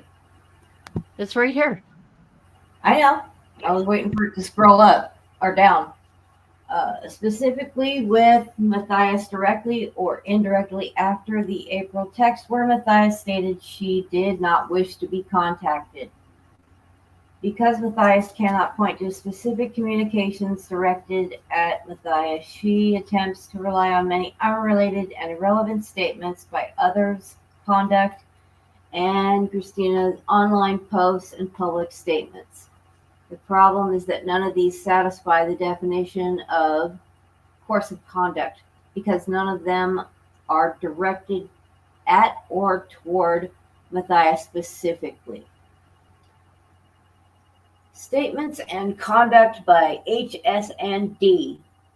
Matthias' declarations and your declarations spend considerable time detailing statements of conduct of HS and D redacted. Refute Matthias and yours allegations in their declarations. But even if the allegations are true, they are not, which is noticeably absent is any proof that Christina engaged in or influenced any of these events. In some instances, she learned about them afterward and discussed them publicly later. That is not enough to show course of conduct. Online posts and public comments. The stalking statute is clear that an act or statement does not meet the definition of code of conduct unless it is directed at a specific individual. Matthias asked the court to parse the contents of Christina's online posts and infer that Christina intended Matthias to see them. Such an exercise is impermissible under the stalking statute and problematic under the First Amendment as discussed below. And even if it were appropriate to extrapolate Christina's intent from the content of her posts, the posts that Matthias references show Christina is not attempting to address specifically Matthias, her family, or your directly or indirectly. The posts are clearly public commentary directed at the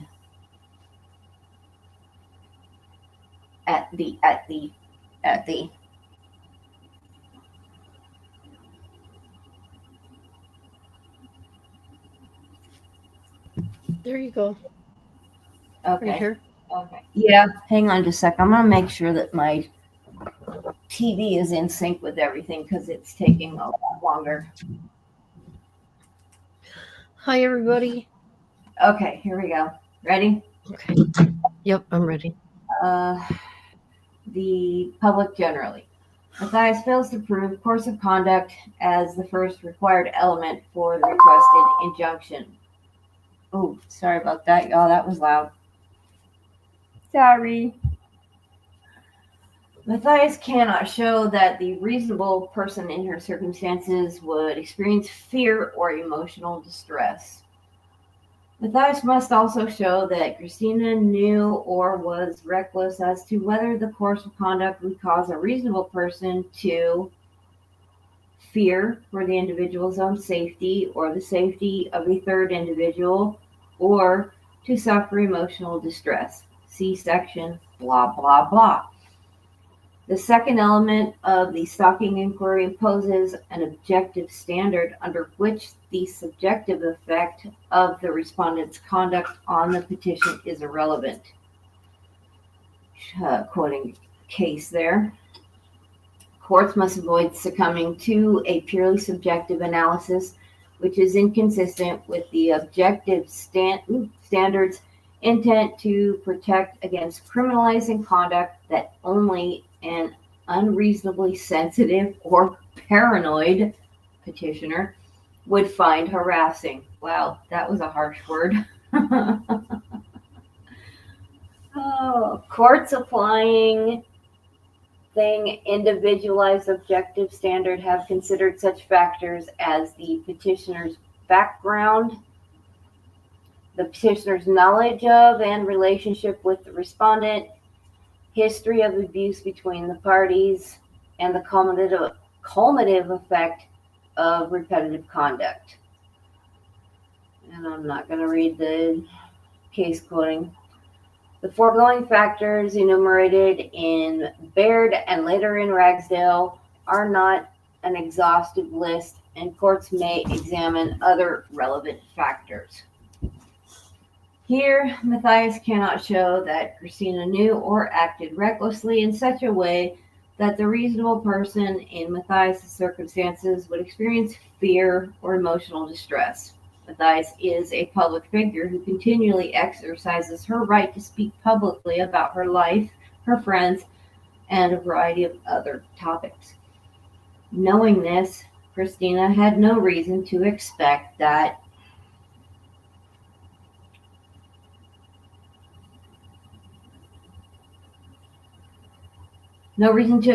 Matthias would attempt to quash Christina's speech, much less through 2 false police reports and this proceeding. Further, the Baird factors all weigh strongly against a finding that a reasonable person under these circumstances would experience fear or emotional distress. As discussed above, Matthias' background as a public figure, ex-reporter, and social commentator certainly subjects her to public scrutiny. It's simply not reasonable that Matthias would expect to continually engage in public discussion, including negative statements about individuals, without encountering speech she disagrees with, and does not like.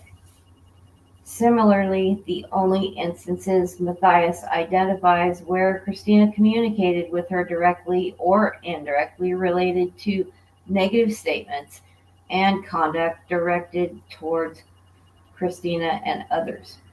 Matthias has no reasonable basis to expect that a friend or former friend would not discuss interpersonal issues with her, especially where, as here, Matthias initiated communication every time. Matthias attempts to turn her falling out with Christina into an injunction with real implications for Christina's civil rights. That is not the purpose of the stalking statute. The cumulative effect of Christina's alleged conduct also does not warrant the requested injunction. As discussed above, with no real course of conduct to support her request, Matthias unleashes a torrent of unrelated allegations about others' conduct and Christina's protected First Amendment activity. All of that does not count under the stalking statute, Baird, and other cases. The degree of culpability required prevents the court from counting events that Christina learned about only later. For example, Matthias has no good faith basis to claim that Christina intended or acted recklessly with respect to incidents in Boise when Christina was in Europe and learned What? only Hold on a minute. Okay, she was in Europe? apparently.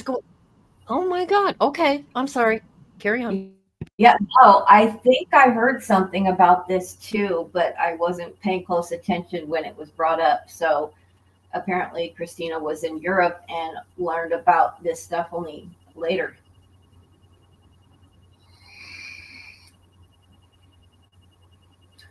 Okay. A number of other factors not specifically enumerated in Baird also weigh strongly against the requested injunction. First, Matthias already submitted 2 police reports with the same sort of misrepresentations currently before the court. In each instance, the police did not substantiate Matthias's claims. Second, nearly all of the statements and conduct that Matthias references occurred in public places or online. Matthias claims that they interfered with her work, but Christina and H and others also work in true crime space or have been regular attendees of trials, press conferences, conventions.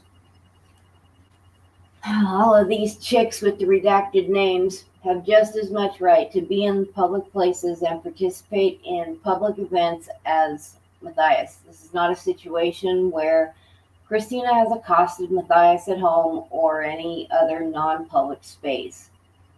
Third, Matthias's own conduct cuts strongly against any notion that she feared for her safety. Matthias and Yor repeatedly approached, confronted, or attempted to confront the redacted chicks and others. Not only does this contradict Matthias's testimony that she subjectively feared these individuals or was distressed, but a reasonable person in her circumstances would not engage in the conduct that Matthias has engaged in. Finally, the Matthias declaration and the Yor declarations on their face deal only with Matthias's alleged subjective feelings. The Baird court specifically warned against granting an injunction based solely on subjective factors. Relatedly, Matthias makes no attempt to connect the dots between Christina's alleged statements and conduct and the extreme subjective reaction Matthias alleges. In sum, Matthias fails to show requisite mental state, causation, or objectively reasonable fear or emotional distress. Amen.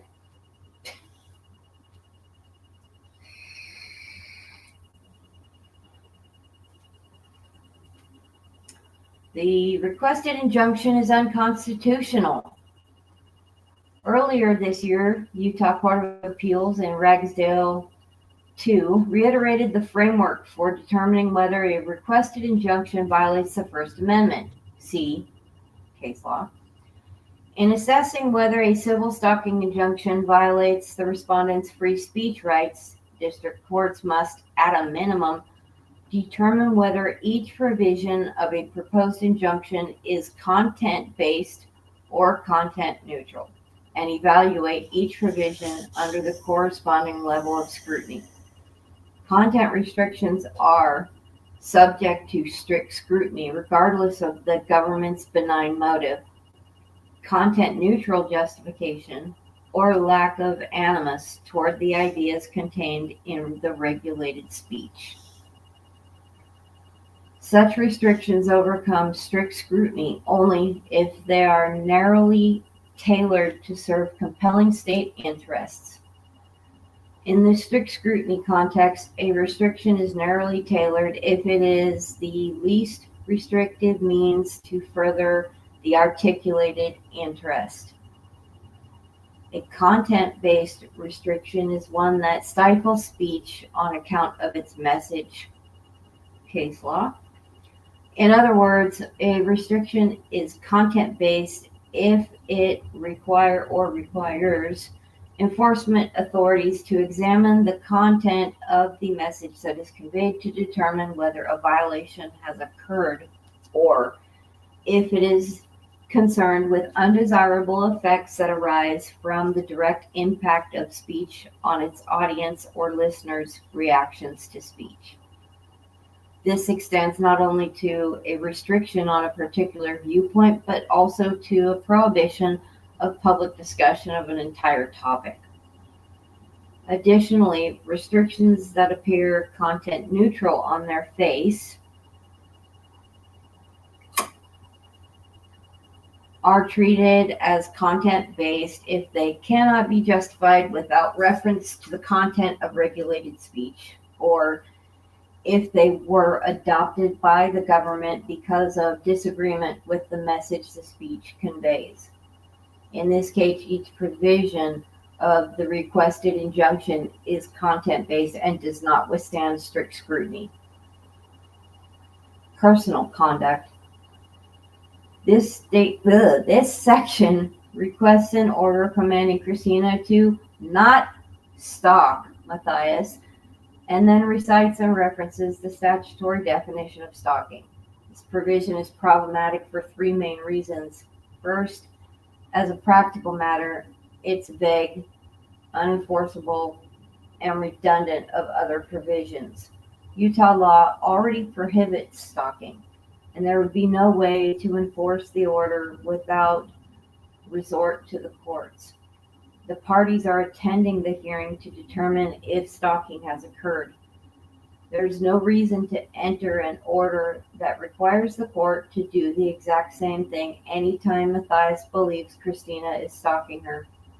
This is especially true since it's not clear what the personal conduct order adds apart from the other provisions. I just love legalese. Second, the issuance of the requested injunction in any form would impose on Christina's civil rights and violate the First Amendment because Matthias relies on Christina's protected speech to establish stalking. Basically, Matthias is asking the court to agree with Matthias's public speech and disagree with Christina's. Such a restriction would be content-based because it's justified only with resort to Christina's message with the court adopting Matthias's viewpoint, punishing Christina, and in essence, removing an entire topic, Matthias's own statements and conduct, from public discussion. There is no compelling government interest in favoring one speaker over another, and a broad, so broad as to be meaningless, restriction on stalking is far from being narrowly tailored enough to withstand strict scrutiny.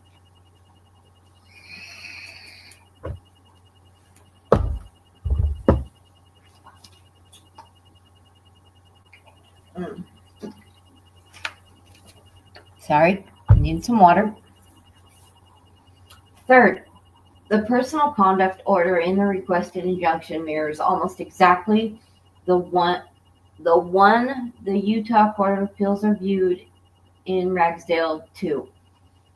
The Ragsdale court held that the provisions purporting to bar conduct that would annoy, harass, or cause distress to the petitioner were content-based and could not withstand strict scrutiny. The court reasoned that additional prohibition against annoying or causing distress could potentially enjoin respondent from talking about petitioner to others. The court was concerned that, for example, any appearance that respondent might make before the local governing authorities to complain about the presence of petitioner's business in the neighborhood could likely cause petitioner emotional distress or would at the very least annoy her.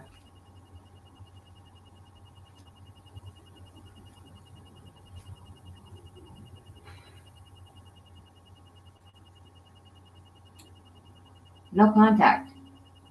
Matthias asked the court to bar Christina from communicating directly or indirectly with Matthias and others. But this section must also be read in conjunction with the other assistance needed section, where Matthias asked the court to order Christina to cease and desist any and all online activity and communications, direct or indirect, relating to or referencing Matthias. Again, this restriction is content-based because it purports to quash speech on an entire topic. In this way, the no contact order and the requested injunction is distinguishable from the no contact order upheld in Ragsdale and Towner versus Ridgway. The upshot of both of those cases is that a stalking injunction that prohibits communicating with or to a person may be permissible, where a prohibition on communicating about a person is not, or at least must withstand scrutiny.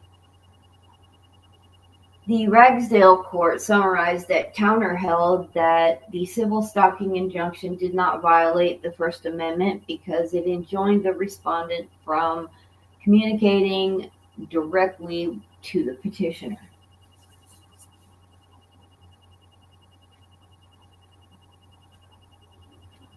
I feel very bad for the people that have to write all this stuff out. It's irritating. Okay, but did not enjoin him from speaking about the petitioner.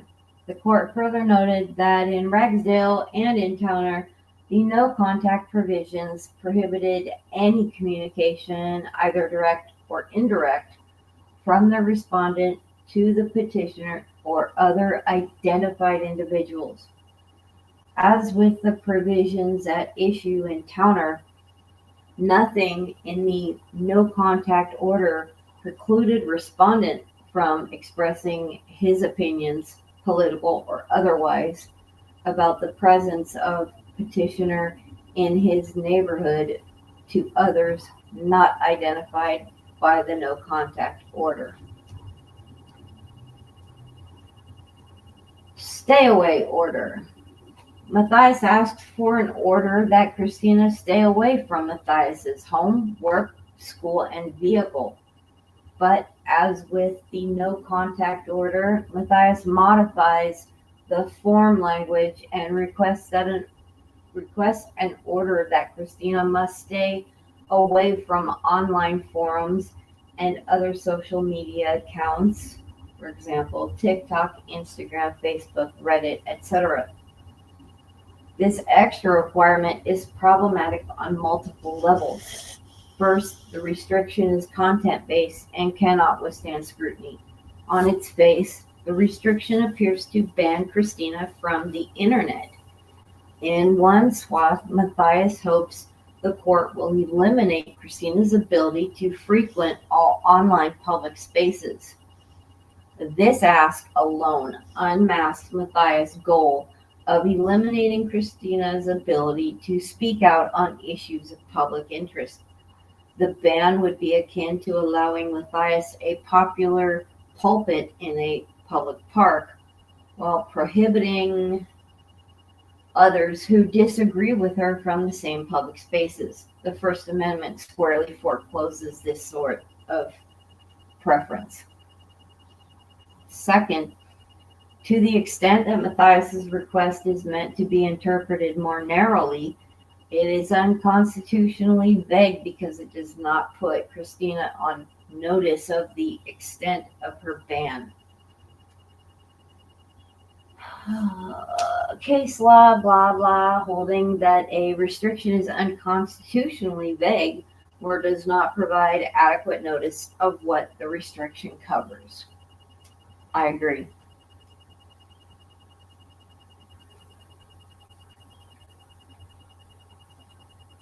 In sum, the imposition of the requested injunction in any form would violate Christina's First Amendment rights because Matthias relies upon protected free speech to try to establish the elements of stalking.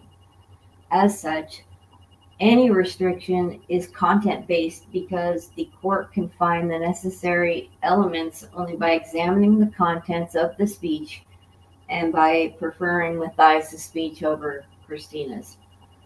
Similarly, each proposed provision of the requested injunction fails to pass First Amendment muster. The requested injunction is unconstitutional. Conclusion. Matthias is allowed to not like what Christina said about her, but Matthias falls far short of the statutory elements required under the stalking statute. Christina's right to free speech forecloses the requested injunction. Christina respectfully requests that the court deny the requested injunction. Christina reserves the right to seek fees under Utah Code blah blah within the time frame provided under Utah Rule of Civil Procedure blah blah, dated this 19th day of September 2025. Holy crap. Right? That's a lot. Crazy. Hello, Melissa from the bushes. I'm so glad you're back. You're on the wrong side? Oh, okay. So, oh my God, there's so much people. There's Watch another out one for here. that belt, Melissa. Sorry. Hold on a minute. Let me see. Oh, here's another one. There's so much, you guys. I cannot believe everything she's done. Yeah, Okay, that's Declaration Christina. a lot. Decoration of Christina. Background. She met Lauren in April 2024. Lauren holds herself as an ex-reporter, journalist, podcaster dealing with true crime cases. She's just a YouTuber. Mathis is a public figure. She and her husband run a YouTube channel, Hidden True Crime, approximately 317,000 subs. Instagram has over 20K. Her TikTok has over 56K. For several months, I communicated regularly with Lauren, and we became friends. Throughout that time period, I noticed certain red credentials and public image were inaccurate. For example, Lauren would describe to me interpersonal problems with her friends and in-laws based on accusations of theft and fraud. What? I learned information that caused me to question Lauren's ethics in obtaining and handling confidential information. During this time period, multiple people expressed concern about Lauren's conduct. At approximately the same time I became friends with Lauren, I also became friends with Lindsay and Lori, who had been friends with Lauren for a year prior. I also became friends with other women who were acquaintances, including Janice. I communicated and traveled with and was invited to events with Lauren from April 2024 to the winter of 2024. Lauren also invited me to her house. Whoa, no. That's where I draw the line. Okay, people? That's no. Invited me to her house while I was on a work trip in Las Vegas, Nevada. Lauren also invited me and my family to her home to swim in her pool when I was driving from Utah to California. What the fuck is going on here? My friendship with Lauren ends. Lauren asked me to perform some graphic designs for her husband business, which I did, a significant discount given our friendship. On January 2025, my friendship with Lauren began to wane, and we communicated less frequently. I sent Lauren a final invoice in March 2025 for her graphic design work. A copy of the invoice and correspondence related to my rate is expected to be offered in my Exhibit D1, and I bet you it's down here. By that point, I was no longer communicating on a regular basis with Lauren or spending time with her as a friend. April 9, 2025. I saw Lauren at the courthouse at Maricopa County, Arizona. Well, Lauren called out to me to get my attention.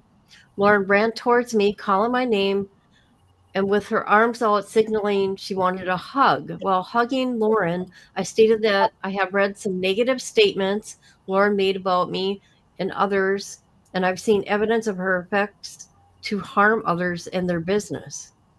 Lauren insisted that we talked right then and there, even though I was hesitant because Lauren appeared to be elevated in a fight, flight, freeze state.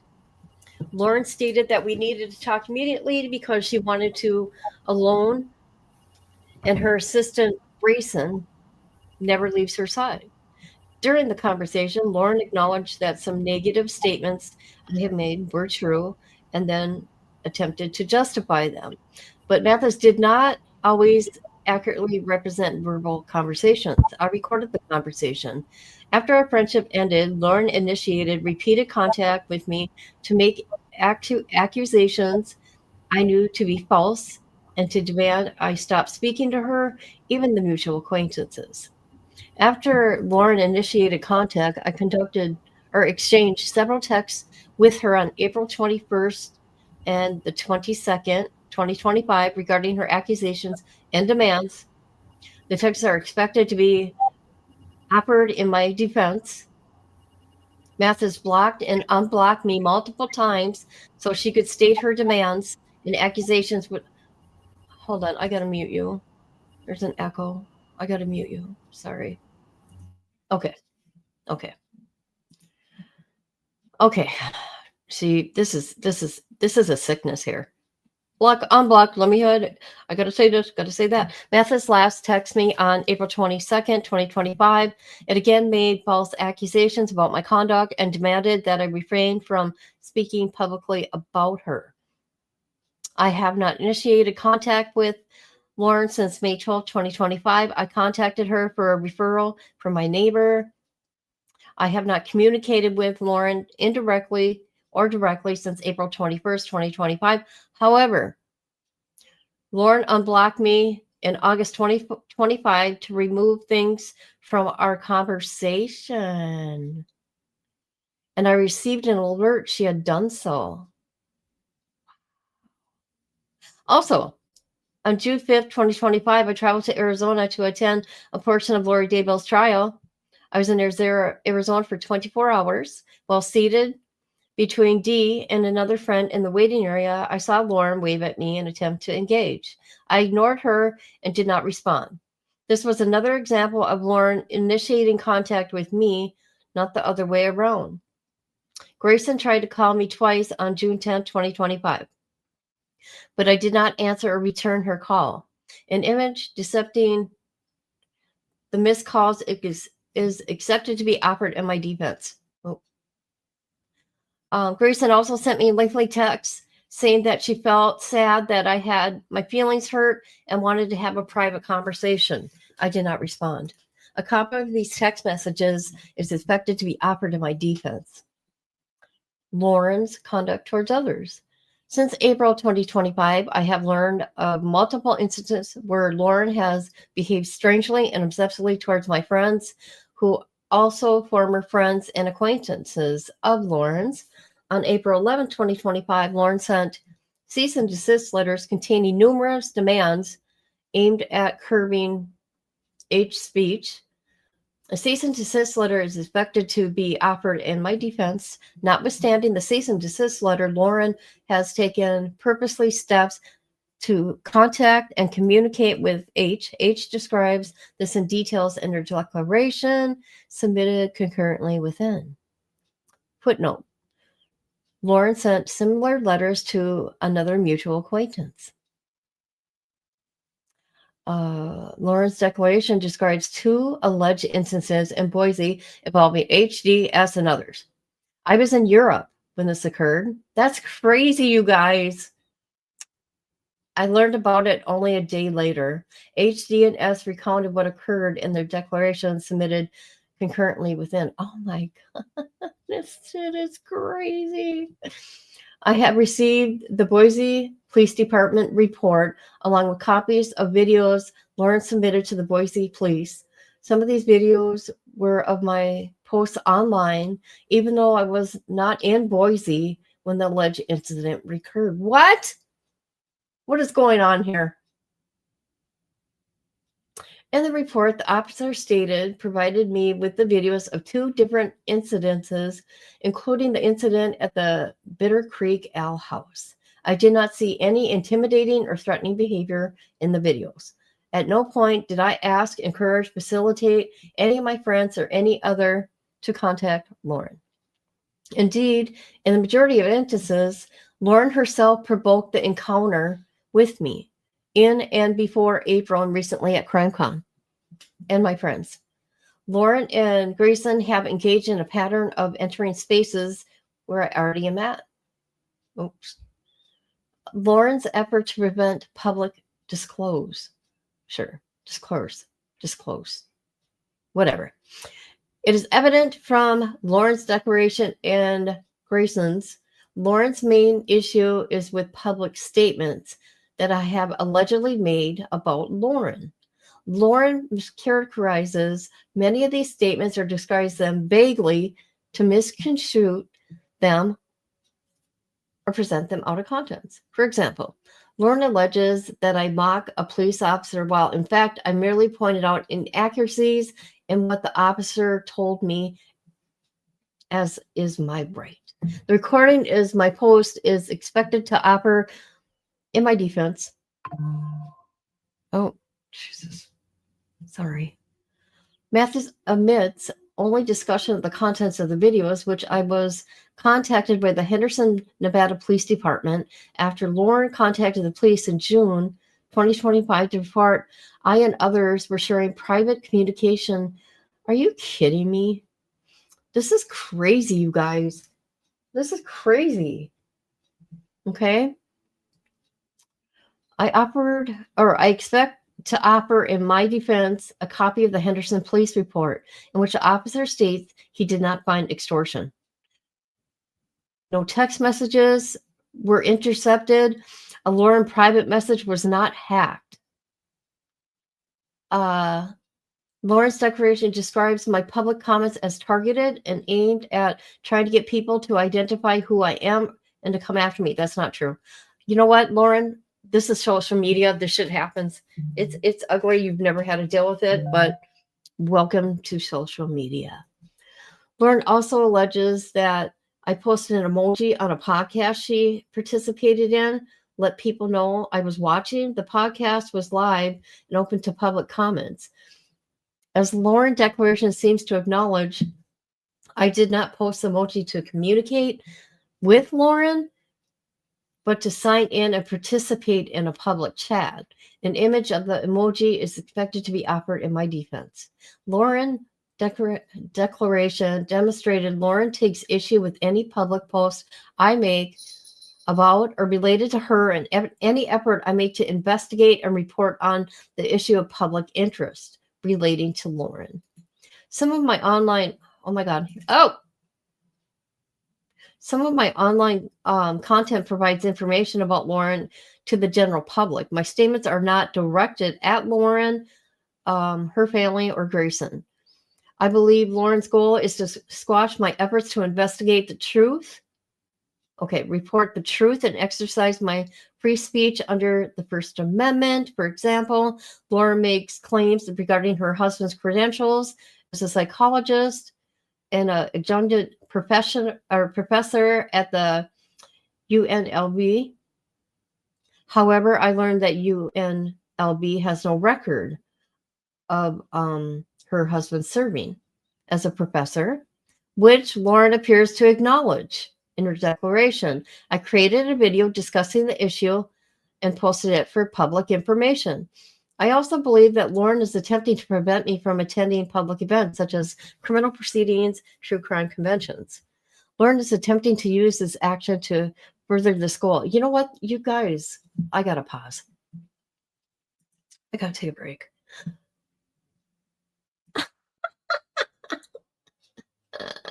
This case was boring, still is.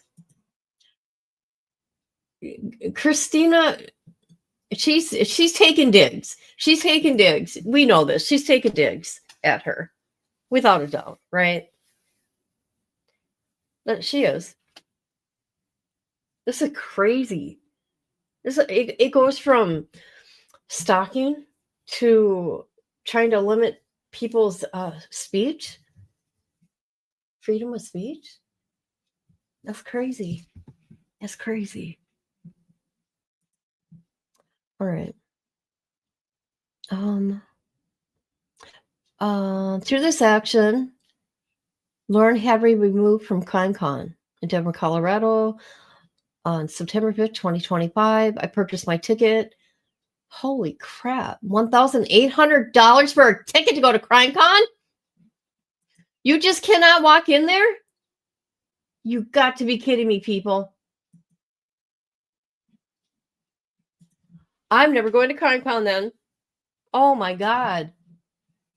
That's crazy. Okay. At one time, I was regularly in communication with friends with Lauren. She was aware I purchased a ticket and she had no plans to attend. As recently as June 2025, H overheard Grayson tell a friend that Lauren said she did not have plans to go to CrimeCon. Unbest known to H, D, and S, Lauren changed her mind and attended CrimeCon, knowing I would be there in attendance. What? I don't know what to think, people.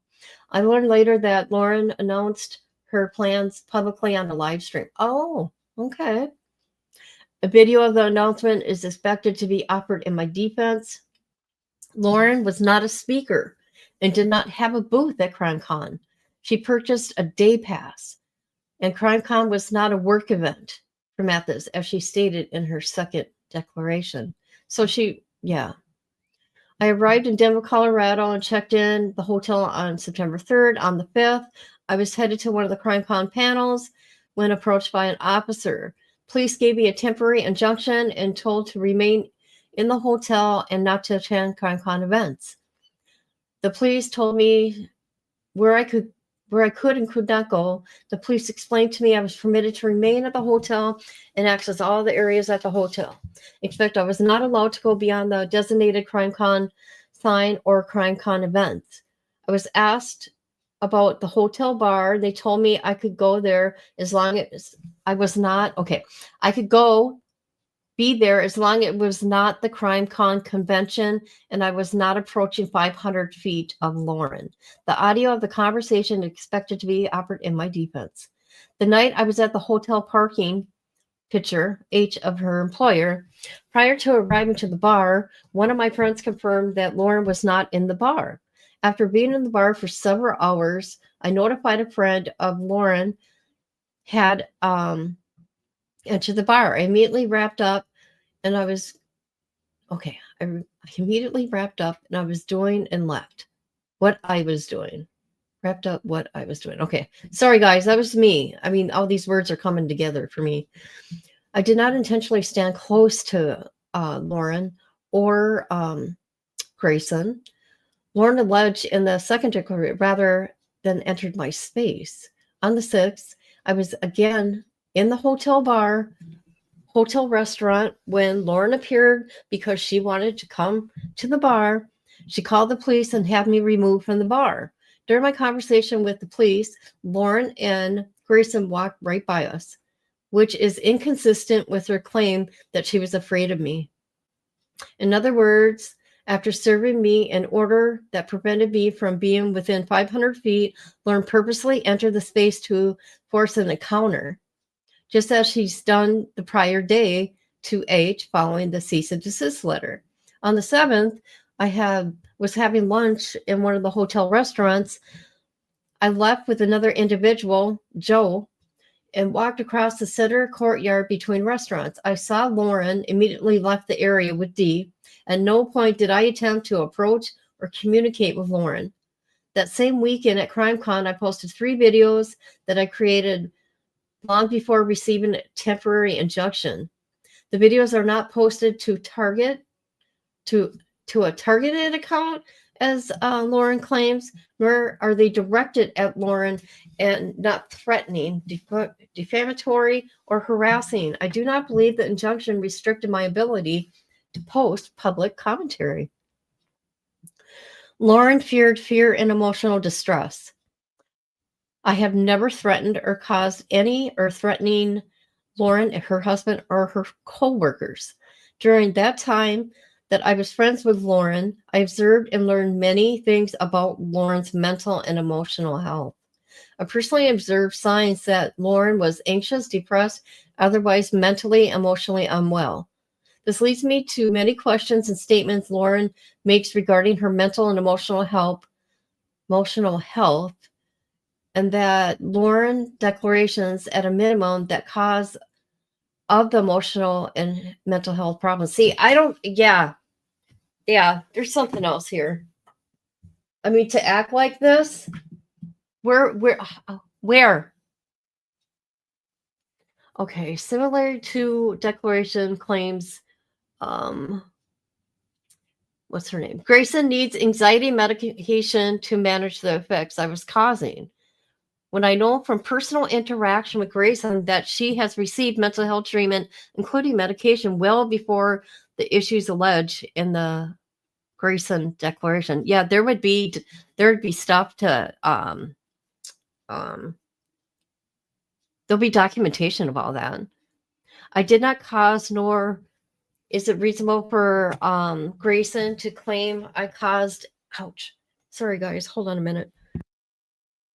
I'm sorry. I got to pause a minute. My feet fell asleep. Don't laugh. I'm coming into chat. Hey, how are you? Yes, I will. Give me the right email and I'll send it all to you.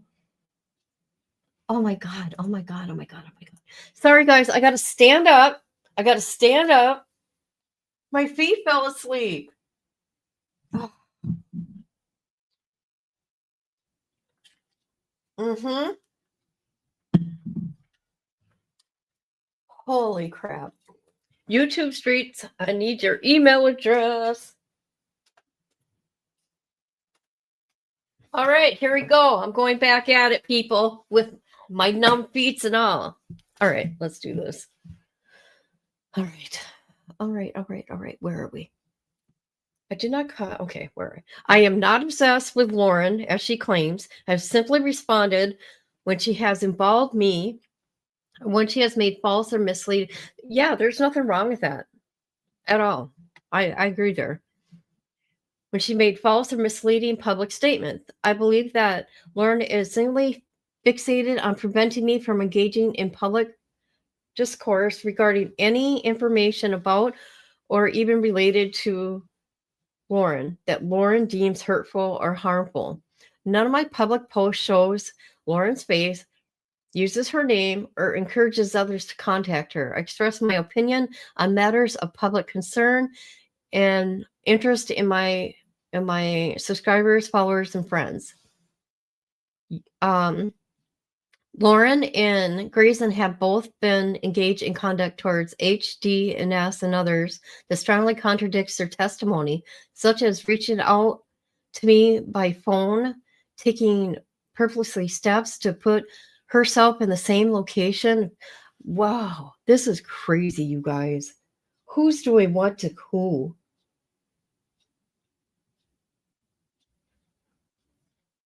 This is crazy. Okay.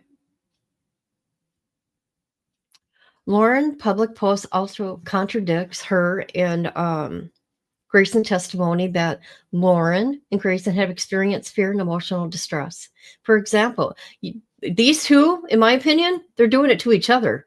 They're doing it to each other. They're creating this in their head. Obviously.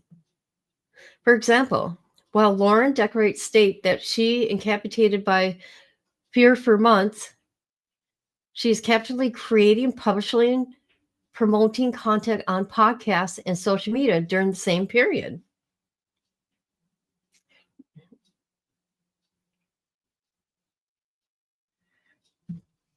YouTube Streets ain't answering. I need an email and I'll send it.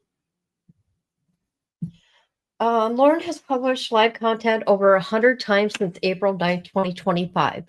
She has posted hundreds and pre-recorded videos and podcast episodes during that same period of various platforms. On July 6th, Lauren and her husband posted hidden true crime podcast called Cults and Conformity, in which they discuss a variety of topics, including interpersonal relationships, the nature of cults and communities, family dynamics, conformity, cyberbullying, AI regulations.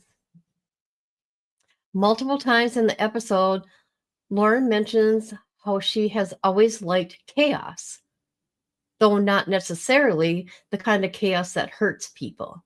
Lauren also describes how she does not like confrontory, and for that reason, many people do not like her. Lauren's husband casually mentioned in their company had experienced growing pains due to negative interactions with public. Well, my God, you guys, what are you doing online then? Why are you on social media? For real. For real. Let me tell you, I've had a lot of bad stuff happen to me on social media. You got to have a really thick skin. It gets tough. But you get through it, you move on, you block, you do whatever. Right? It can be tough. I still deal with stuff today. Okay. The episode contains no indication that Lauren was afraid, distressed, panicking, which directly contradicts Lauren and Grayson's testimony. They were unable to function in daily life, and the situation had persisted for 4 months. Wow. It contradicts Grayson's testimony that Lauren's husband, a licensed psychologist, what is that? Purportedly, the very next morning, confided to Grayson that Lauren she wanted to do self-harm. Around the same time, Lauren also appeared on an episode of Mormon Stories podcast where she shared her thoughts and personal details about her life. Again, this contradicts Lauren and Grayson's testimony that she was living in fear and unable to function. Instead, it illustrates how Lauren is using this proceeding to attempt to squash a legitimate public discourse on topics and issues that she has spoken about in various media. Most recently, August 2nd, 2025, Mathis appeared on the Gossip, Rumor, and Innuendo podcast where she announced that she would attend CrimeCon and discuss numerous topics. To date, the episode has over 12,000 views and approximately 250 comments. Okay, so that was August 2nd. Declare under penalty of perjury. Okay, you know what? She has a really good attorney. Look at how this attorney wrote this stuff up compared to Lawrence. Yeah. Yeah.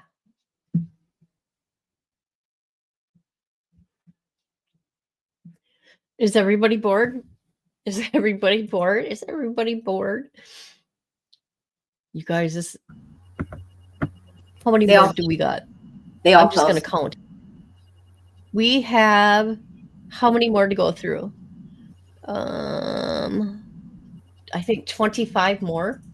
Oh, Jesus. And that's not including the exhibits. I told you it's going to take a while. Yeah. We have declarations coming from all the other people. Oh my God, this is crazy, you guys. I'm glad we're getting the truth. Oh, yeah, absolutely. Well, we're getting both sides now, right? It was really one-sided. But now we get to hear how things have been twisted. This has never been about fear. No, not at all. It was to silence people. Well, I'm going to retract what I just said about getting the truth. We're getting what was presented to the court. The truth might lie somewhere in there. Very good. Very good. Yeah. This is crazy. But oh my God. Yeah. This is crazy. It Yeah. seems rather blown out of proportion. And still a waste of time. I want to know what judge allowed this. I want to see those documents. I know I'm getting loud. I want to see it. Because it makes no sense that a judge would grant emergency order of protection. On what? On what? On what? Words? True. Words? Words? Did I hear somewhere that her brother was an attorney? Is that correct? I thought I seen somebody write that in chat. Yeah, something about that her attorneys are at the firm that her brother worked at, I think is what was typed in. Yep. Yep, I think I seen that too. If that's the case, there could have been some preference there to be represented by the late brother's firm. That firm then taking it to a judge they may have a history with or know. After a while, the lawyers get to know which judge is tough on this, which one is sensitive to that. Could it have been targeted Right. that way? I think Lawrence used to not having anybody get in her way. Lauren, and I said this from the beginning, and you made your comment, J13, which was cool. I said she's got to be the first for everything. Me. And you stuck up for her. I didn't necessarily stick up for her. I said that Well, not stick up for her. Yeah, Let me wanting correct my to wording. I'm sorry. yeah, wanting to be the first to get the scoop seems to be a common trait with people who do reporting, journalism, photography, stuff like that. No, she will actually step on your feet. Yeah, and if that's it was the case, crazy. it's rather dog eat dog, apparently. I don't know. I couldn't do it. Ew.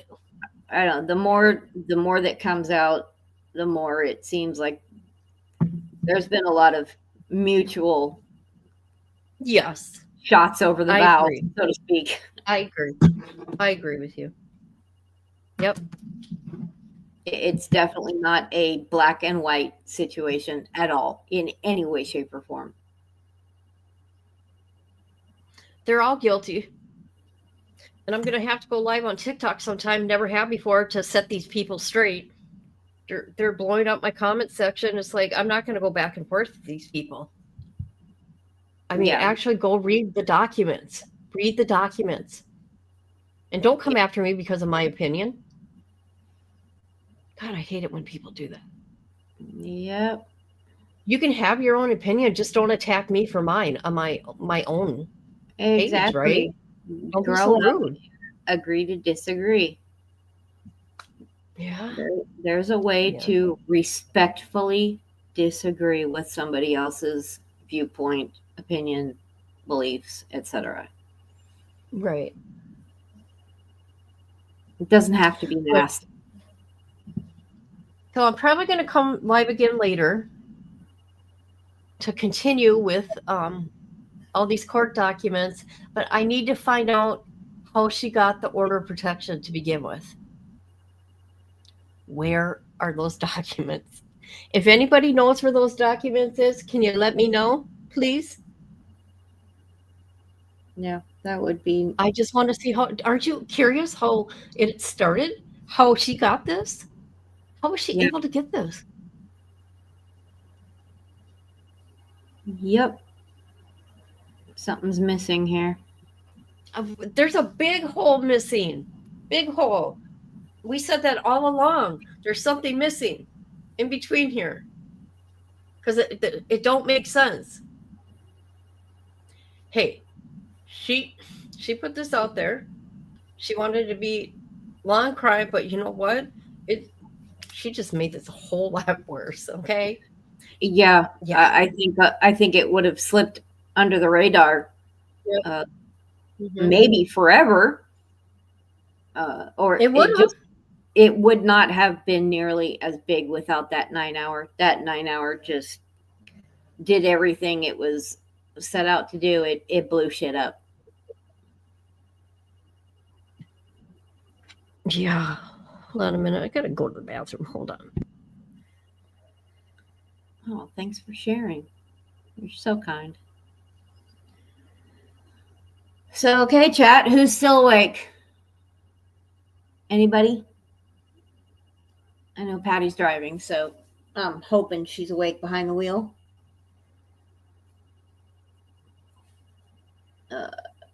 Nobody else?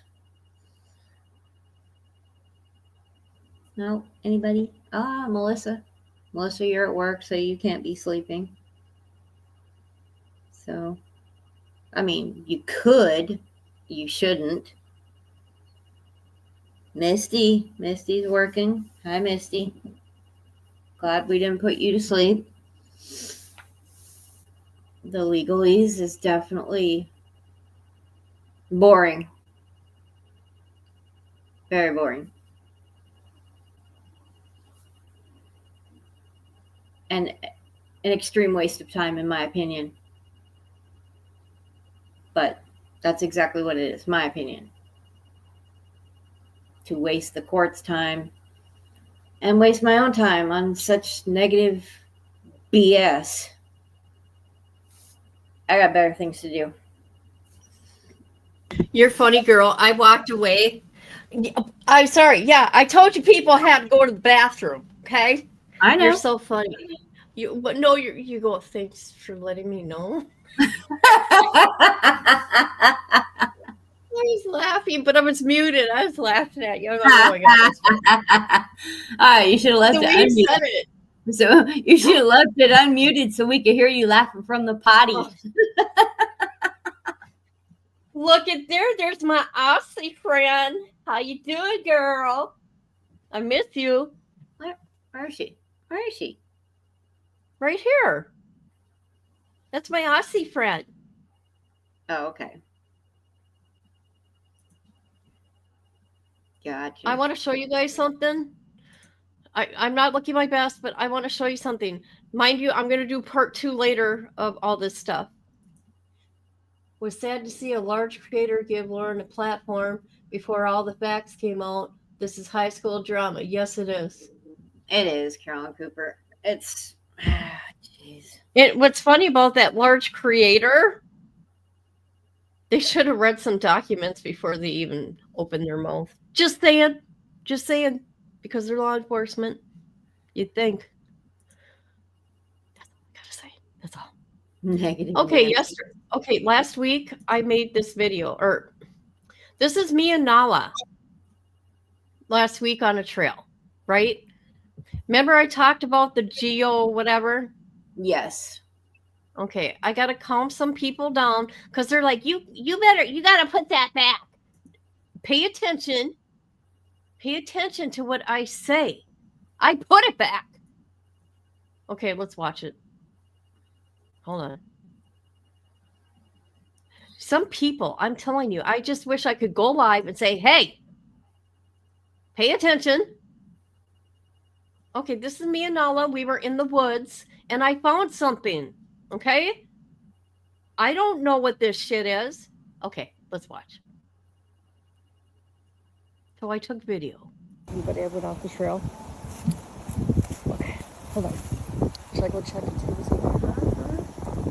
What could be in there? Hey guys, I got it. I don't know what it is.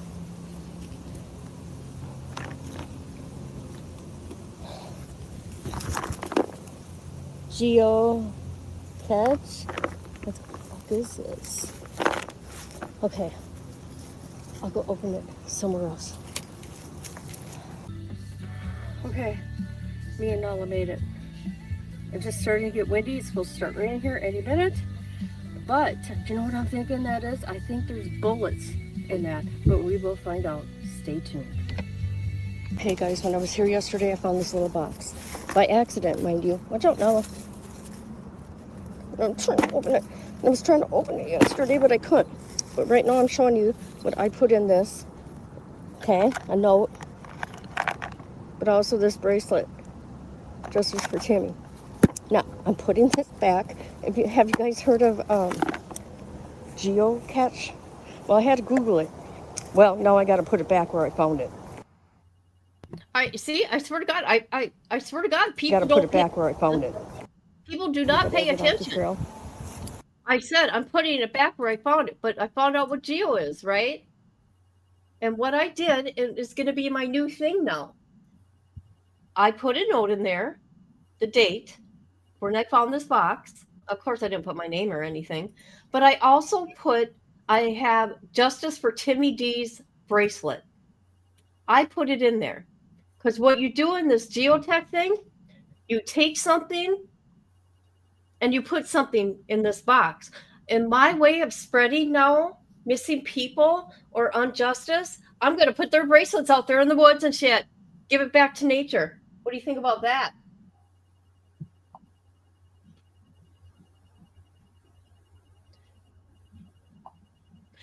Because there's going to be other people that are going to find this box, right? And they're going to take that bracelet and they're going to see it says Justice for Timmy D's, right? So what are they going to do? They're going to Google it and wonder, what is that, right? Another way to get the story out there, people. Nature. But that's what I did. And I'm going to do that. If anybody, well, I got other bracelets here that I'm going to put, I'm going to get them out there, people. I'm going to do it a different way. I'm going to give it back to nature, man. Give it to Mother Earth. But that's what you do with the geocache. I had to Google it and everything, and I freaked out. I'm like, oh, I got to bring this back. What should I put in there? What should I put in there? So, yeah, I put Timmy's bracelet in there. I thought it was awesome. Hi, how are you? Why did YouTube change everybody's names? I'm going to get so confused. You Yeah, want to play? If you go into your channel and change your @channel name to the same as your username, then they'll be the same. But yeah, I don't like the fact that it changed everything. Yeah, it did. It's annoying. Because Patty Sturgis right now. Patty the Natty? Yeah, she's not Patty Sturgis right now, but I still call her Patty Sturgis. So, anyways, that is the situation. And don't worry. I put the box back. Okay? Yeah, I put it don't back. freak out, geocache players. Yeah. Don't come for me. Don't come for me. Okay? I've never heard of anything like that, people. Okay? I was in If shock. I anything, found they should be happy because now they have another player. But do you see how it was hidden? This is off. This is not on the trail. It is off. Me and Nala went searching for whatever that day. I mean, I'm like, what the fuck is this? Well, that's kind I'm of the point. gonna go get It has to be a little off the beaten path in order for them to Do find you, it. do you see the wires? Do you see the wiring though? There's bob wires and everything I went through to get to that. Wow. I was crazy, people. Crazy. But no bullets in there. No bullets, though. No bullets. I was thinking there's bullets. It's a little small to be an ammo case. I mean, no. Our ammo cases are quite big. What is? What? I'm lost. Cincinnati, Ohio. Cincinnati, Ohio. Oh, that's what it means. Okay. Patty and the Natty. Got it.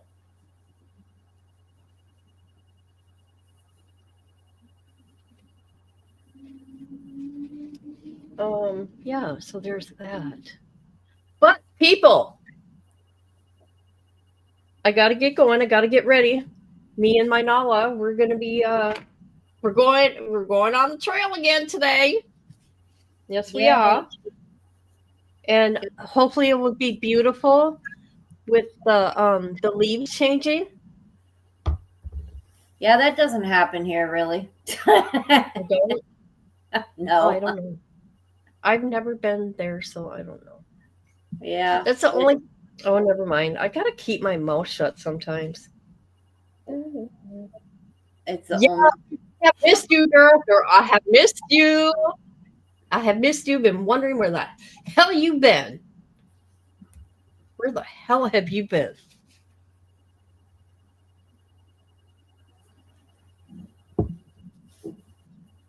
Okay, so I gotta get going. I gotta get ready. Gotta go get me and Nala ready. But I will be live later. I will say 3 o'clock. We will continue this coverage at 3 p.m. people.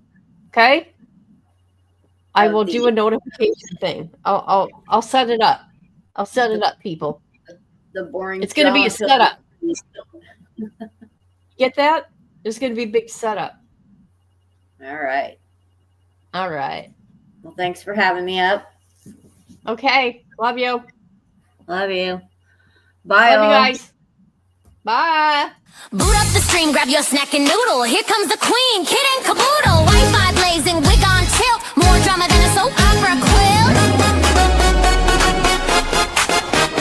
Kid logs on in a sparkly robe, sipping iced tea like she runs the globe. Drops more truth than a psychic at noon, with a cat named Taco and a raccoon named Boom. Kid and Caboodle is a hot shit Uber, Wi-Fi warrior, clickbait mover, shaking up the algorithm like a smoothie blender. Watch out, troll, she's a copyright sender. Hot shit YouTuber, talking tea with a pink ring light aura. Yeah. She reviews shampoo and ghost hunts too. Caught Bigfoot slipping in a Gucci shoe. Unboxes snacks, talks haunted dolls, then drops a diss track on bathroom stalls. Kid and Caboodle is a hot shit YouTuber, hashtag queen, thumbnail smoother, dancing in a studio with a llama on her head, uploading content even while in bed. Hot shit YouTuber, even aliens subscribe, that's no rumor. Yeah. She vlogs in Walmart, midnight mission, caught in aisle 9 with divine precision. Mic in hand, she interviews cheese. Sir, you aware you're lactose free? Goes live while baking glitter pies. Starts a feud with ducks, no lies. Reacts to Karen's, paints her Jeep, and once went viral yelling she don't sleep. Kid and Caboodle is a hot shit Uber, ring light blazing, sassy maneuver. Bans a troll while dancing to chair, then sells merch made from her own hair. Hot shit YouTuber, even her outro